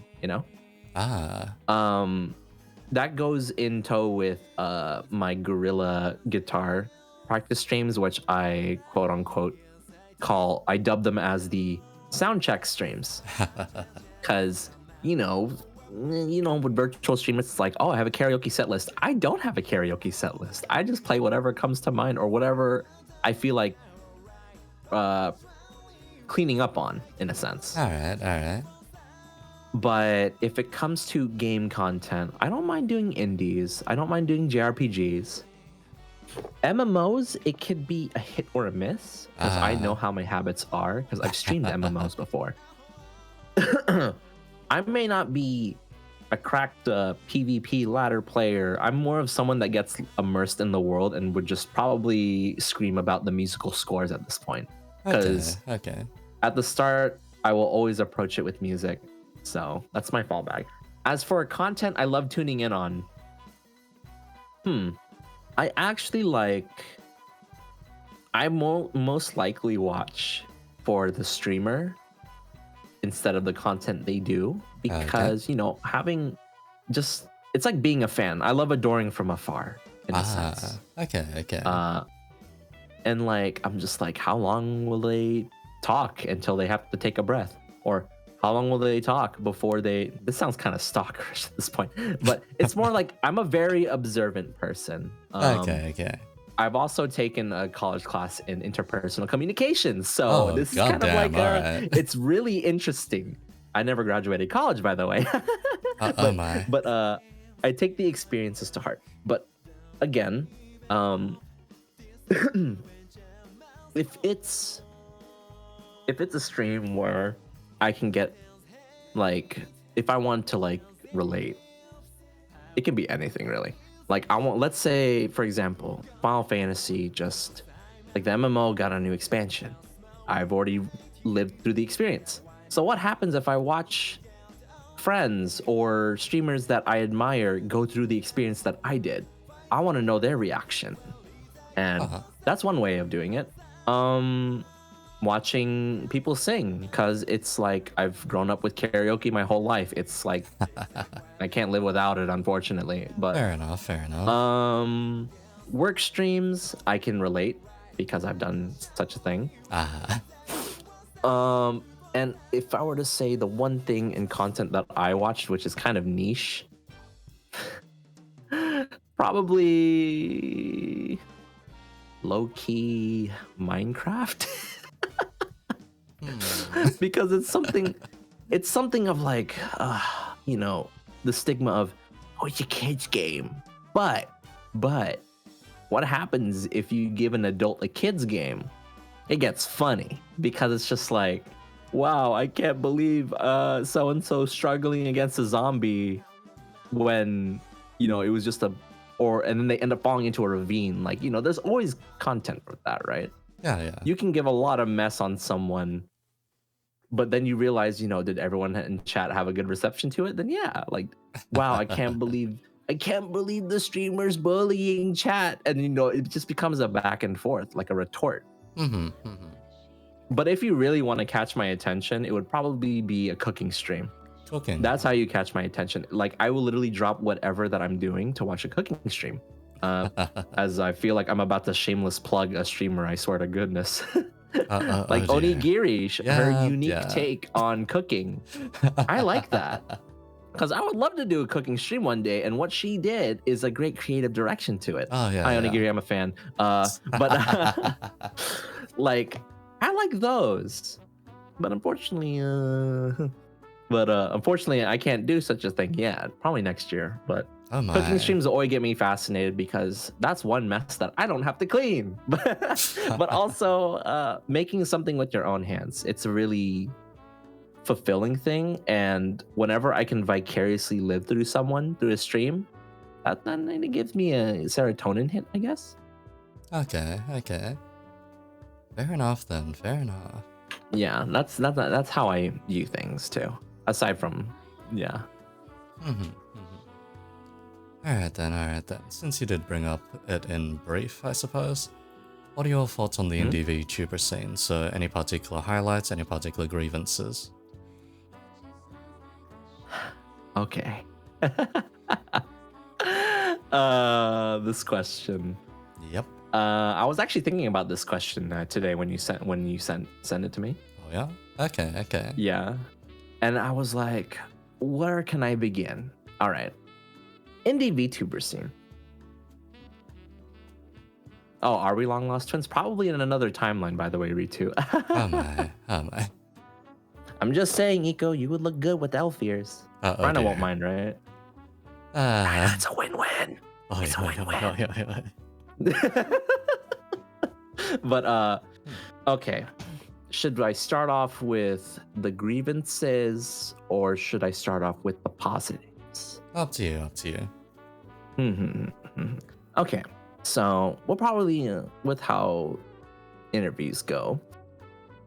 I will start off with the positives. Okay. So again, remember how I said that how content creation means to me, right? When it comes to expressing oneself. So in the indie VTuber scene, you see a lot of creativity. You see a lot of uniqueness. Like, while aside from the uniqueness, there's others that probably won't agree, but I'm just like, okay, just because they have the same hair color doesn't mean it's the same design. But like it's like, does your model have a beauty mark on the left armpit? But you see all sorts of content that people throw out. It's either they're great at carrying a conversation. Are they a tweeter, a V-tweeter? I feel like that can be taken positive and negatively. Yeah. But Twitter is technically content creation. Social media is a content creation. Yep. Do they make great skits? And that's something to think about. Like, are they someone that loves skits? That means they probably had a theater background. Or do they love music? Chances are they were probably a Utaite. Am I butchering that? They're probably someone that covered Vocaloid songs. Or are they someone that does a lot of graphics design work? Like there's all sorts of like VTubers or V streamers from all walks of life. Do they know how to be funny? Probably. Do they know how to be cringe? Oh, absolutely. But that's just examples. There's all sorts of the spectrum out there. And I think that's great because people are more comfortable with how to express themselves nowadays. Okay. Because back then in the content creation space, like it's like, the whole webcam stigma. Because no one wants to be called ugly. No one wants to be called skinny. Like no one wants to be negatively labeled, right? So before the EN VTuber boom, like a lot of people were like, oh, VTuber, that's kind of cringe. And I'm like, oh yeah? Then how was that cringe when you were cringing about anime years ago, right?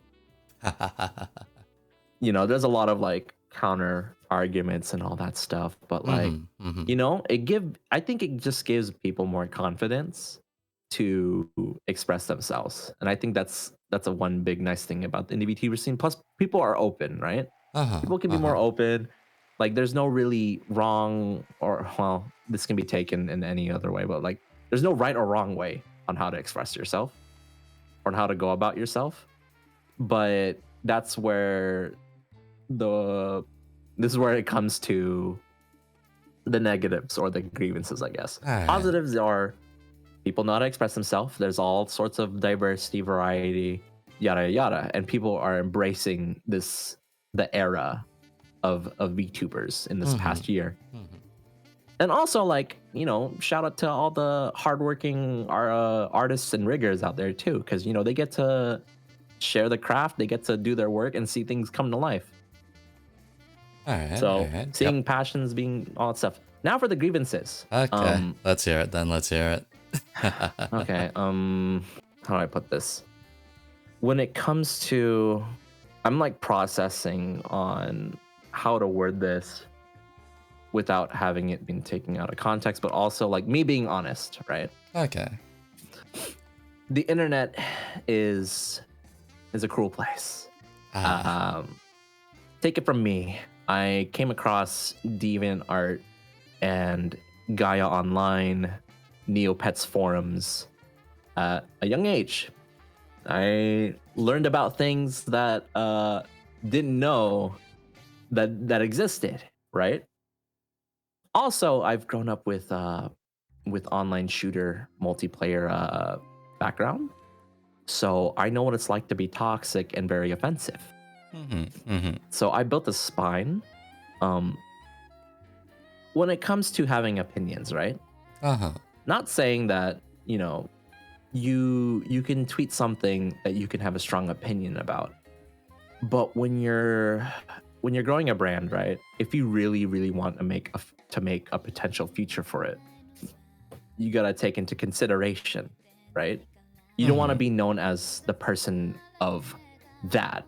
Like, let's say, I'm gonna just use that as a descriptor. You want to be known for that thing or whatever, right? And then next thing you know, down the line, let's say that if you're trying to live your life, and then let's say you say things that you didn't mean to say, but people will never forget. They will never forget. The internet will never forget, and they don't care about what you think, and they're gonna keep using it as ammunition against you, right? Of course. So, if you really want to take content creation seriously, not only should you try to build a spine for it, but you should also know that no matter where you go, whether you're big or small, always know there's always someone out there to undermine your success. And always think about what you say and what you do. Because let's say you messed up. You really messed up. Yeah, people won't forget about it, but also think of it as a stepping stone to improve yourself. Because there's way too much negative energy in the indie scene as of like that's why all the quote unquote OGs back then are like, oh, it was nicer back then. Like, you will always see that. And it's like, don't you ever get tired of, like, let's say if I was an OG, right? I would get tired of saying it was nice back then. Because but then that means you're kind of hung up on the past a little bit. That's my take on it, right? Okay. Yeah. When it comes to moving on, right? Not a lot of people will move on because it's the internet space. So again, like, if you're gonna voice your thoughts like loudly, but again, if you want to consider a future of it, right, or potential future, just make another Twitter, make like a private Twitter or something. Like usually growing up, I would meme it as just make a private Tumblr, make a rant Tumblr. Don't rant too much, or etc. etc. That's just that. You can't, and plus, you can't. Nobody is. Not a lot of people out there are certified health professionals or mental health professionals, so that's why there's really handy resources. Not a lot of people, not a good amount of folk in the community know that these resources exist. If there was more awareness for that would be great, because the worst thing you can do is push your friends away without getting help. That's one thing that worries. Because again, I've said that I'm very, what's that word that describes? Like, if someone was to be sad, I would feel sad with them. Like, I'm empathetic. There you go. I'm very empathetic. Even to like someone I would barely know, I will start feeling that. So again, like, I wish there was more self-awareness, self-respect in the community. And I know, like, there's good in people. There's always good in people, but sometimes you just got to filter that out. So like my word of advice is that if you really don't want to see that kind of content on your feed, like whether you either unfollow the person or you can actually mute the term too. The muting list on Twitter really makes things nicer. I feel like this trails off to like a question of like, what kind of advice would you give to indie VTubers out there? But we can come back to that one. But yeah, things can be said, things can be complained, but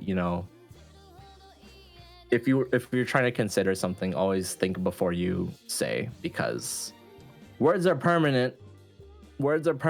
Twitter doesn't have an edit button. Even if you were to delete it, there's a lot of tea that's meant to be spilled, and I'm not really involved in those, so I try to stay away from those. It makes things less stressful in a sense. Yeah, yeah, really does. But also, one last grievance: some people just need to get off of Twitter. It's like, okay, if you're gonna complain about someone's whatever, just how about you just turn off Twitter and go on with your day? That's the easiest solution, but you can't convince everybody, Eco. Yeah. I'd just say leave the main. Touch grass. Okay, boss grass. Man. We'll go with Bao's reasoning. Touch grass. Touch grass is fine. I'm allergic to grass, actually. So all the friends that can lie down on the grass, I cannot. But Renee, you're from the forest. I'm like, yeah, but not everyone's perfect. Not everyone's perfect, okay? I see what you mean by allergies. I see. It's like when the spirits of Zephyr have created me, they've probably been like, oh no, I tripped and spilled a bunch of bullshit into my creation. But that's how life be sometimes. You live with it, right? Oh God. My God. Okay, I see what you mean by either good at sports, good at arts, or whatever, and then allergies playing a part. I see. Good Lord. I'm not made of grass, Uncle Brian. Come on. Oh my. Wait, where is it? Here you go. Kusa. Here you go. Kusa. Anyhow, this next one more or less trails off from this one, and it's that whole thought of like debut/idol culture being more or less mixed into VTubing. What are your thoughts on that? Is a debut essential? Is it really that important to follow the kind of idol culture perspective that corporates have followed? Okay, so to me, there's a reason why idol culture's been around for. There's many reasons actually, and it was really interesting. I've looked into idol culture because of anime, ironically. Okay. Because Japan has idols. In America, we have pop stars, right? We have artists. And that's a whole different like culture itself. And to me, I see the whole like you're making something that can potentially be amazing. Again, coming to like content creation and music. Idol culture, you have your performance, and then you have the blood of the culture, which is basically the fans. It's amazing of their dedication. It's amazing how merchandising goes from the business aspect, but also like, from the appreciation, like the fans appreciate and care about their favorite or their oishi in a sense. But also the heartbreaking point, which is we don't really have this in American music culture, which is graduations. So you have debuts where it's like, hey, this is the new talent. You should keep an eye out for them. That's cool. That's great. Is it required in VTubing? Well, corporate has to do debuts because it's corporate. Japan is very textbook about it. If they want to, it's like, imagine you're trying to do a sick presentation in front of a board meeting. It's like that, but you're doing it, but the board meeting's basically the whole internet. Yeah. Think of it as a potential, think of it as an escape, I guess. Yeah, that's one way of putting it. But Is it required in the scene? It's up to you, really. To me, debuts are I got a model and I want to share it with the world and I want to tell you why, you know? Think of it as your content creation resume. You don't even have to have a debut. There's actually partnered VTubers that never had a debut. They just stream with their model, you know? Yeah. And that's what, like, you don't really require one. If you want to dedicate a day and resources to having your special debut, by all means, more power to you. Mm-hmm. Do you want to just create content without a debut? By all means, more power to you. Like, get going. Content creation can be anything. Like, I would feel that, you know, with that kind of stuff, it just keeps things going. It's never gonna die, honestly. But there's also the downside, which is like the elitist kind of thinking. Yeah. And, you know, you just leave those people alone. That's my advice. You just leave those people alone. You just blot out what they say. Yeah, cousin Bibi did not have a debut. She just started streaming with the model. And she's great. Yeah, she's great. yeah. Love Vivi. Mm-hmm. But VTuber culture did adapt from idol culture. Like, you know, funny enough, when I started looking into idol culture, it all started with Macross. That's right. Our favorite idol space opera anime. Oh yeah. It all started with that. Can you imagine like seeing a galactic concert, but there's war going on? Oh man. Love it. But and then I got into, I was a former gacha player. I got into the world of Idolmaster. World of Idolmaster. Oh yes. Yes. Yes. I still have a bunch of Idolmaster merch lying around. Oh boy. Oh yeah. I probably still have Hibiki somewhere, but I had to ask all my fluent friends to translate because they also love those games. And I'm like, hey, tell me about so and so and like what's their lore, da da da. And then you go through this whole process of like training these hopeful pop stars into being something great. And then, you know, if they make it, they make it. If they don't make it, then you try again next year. Yeah.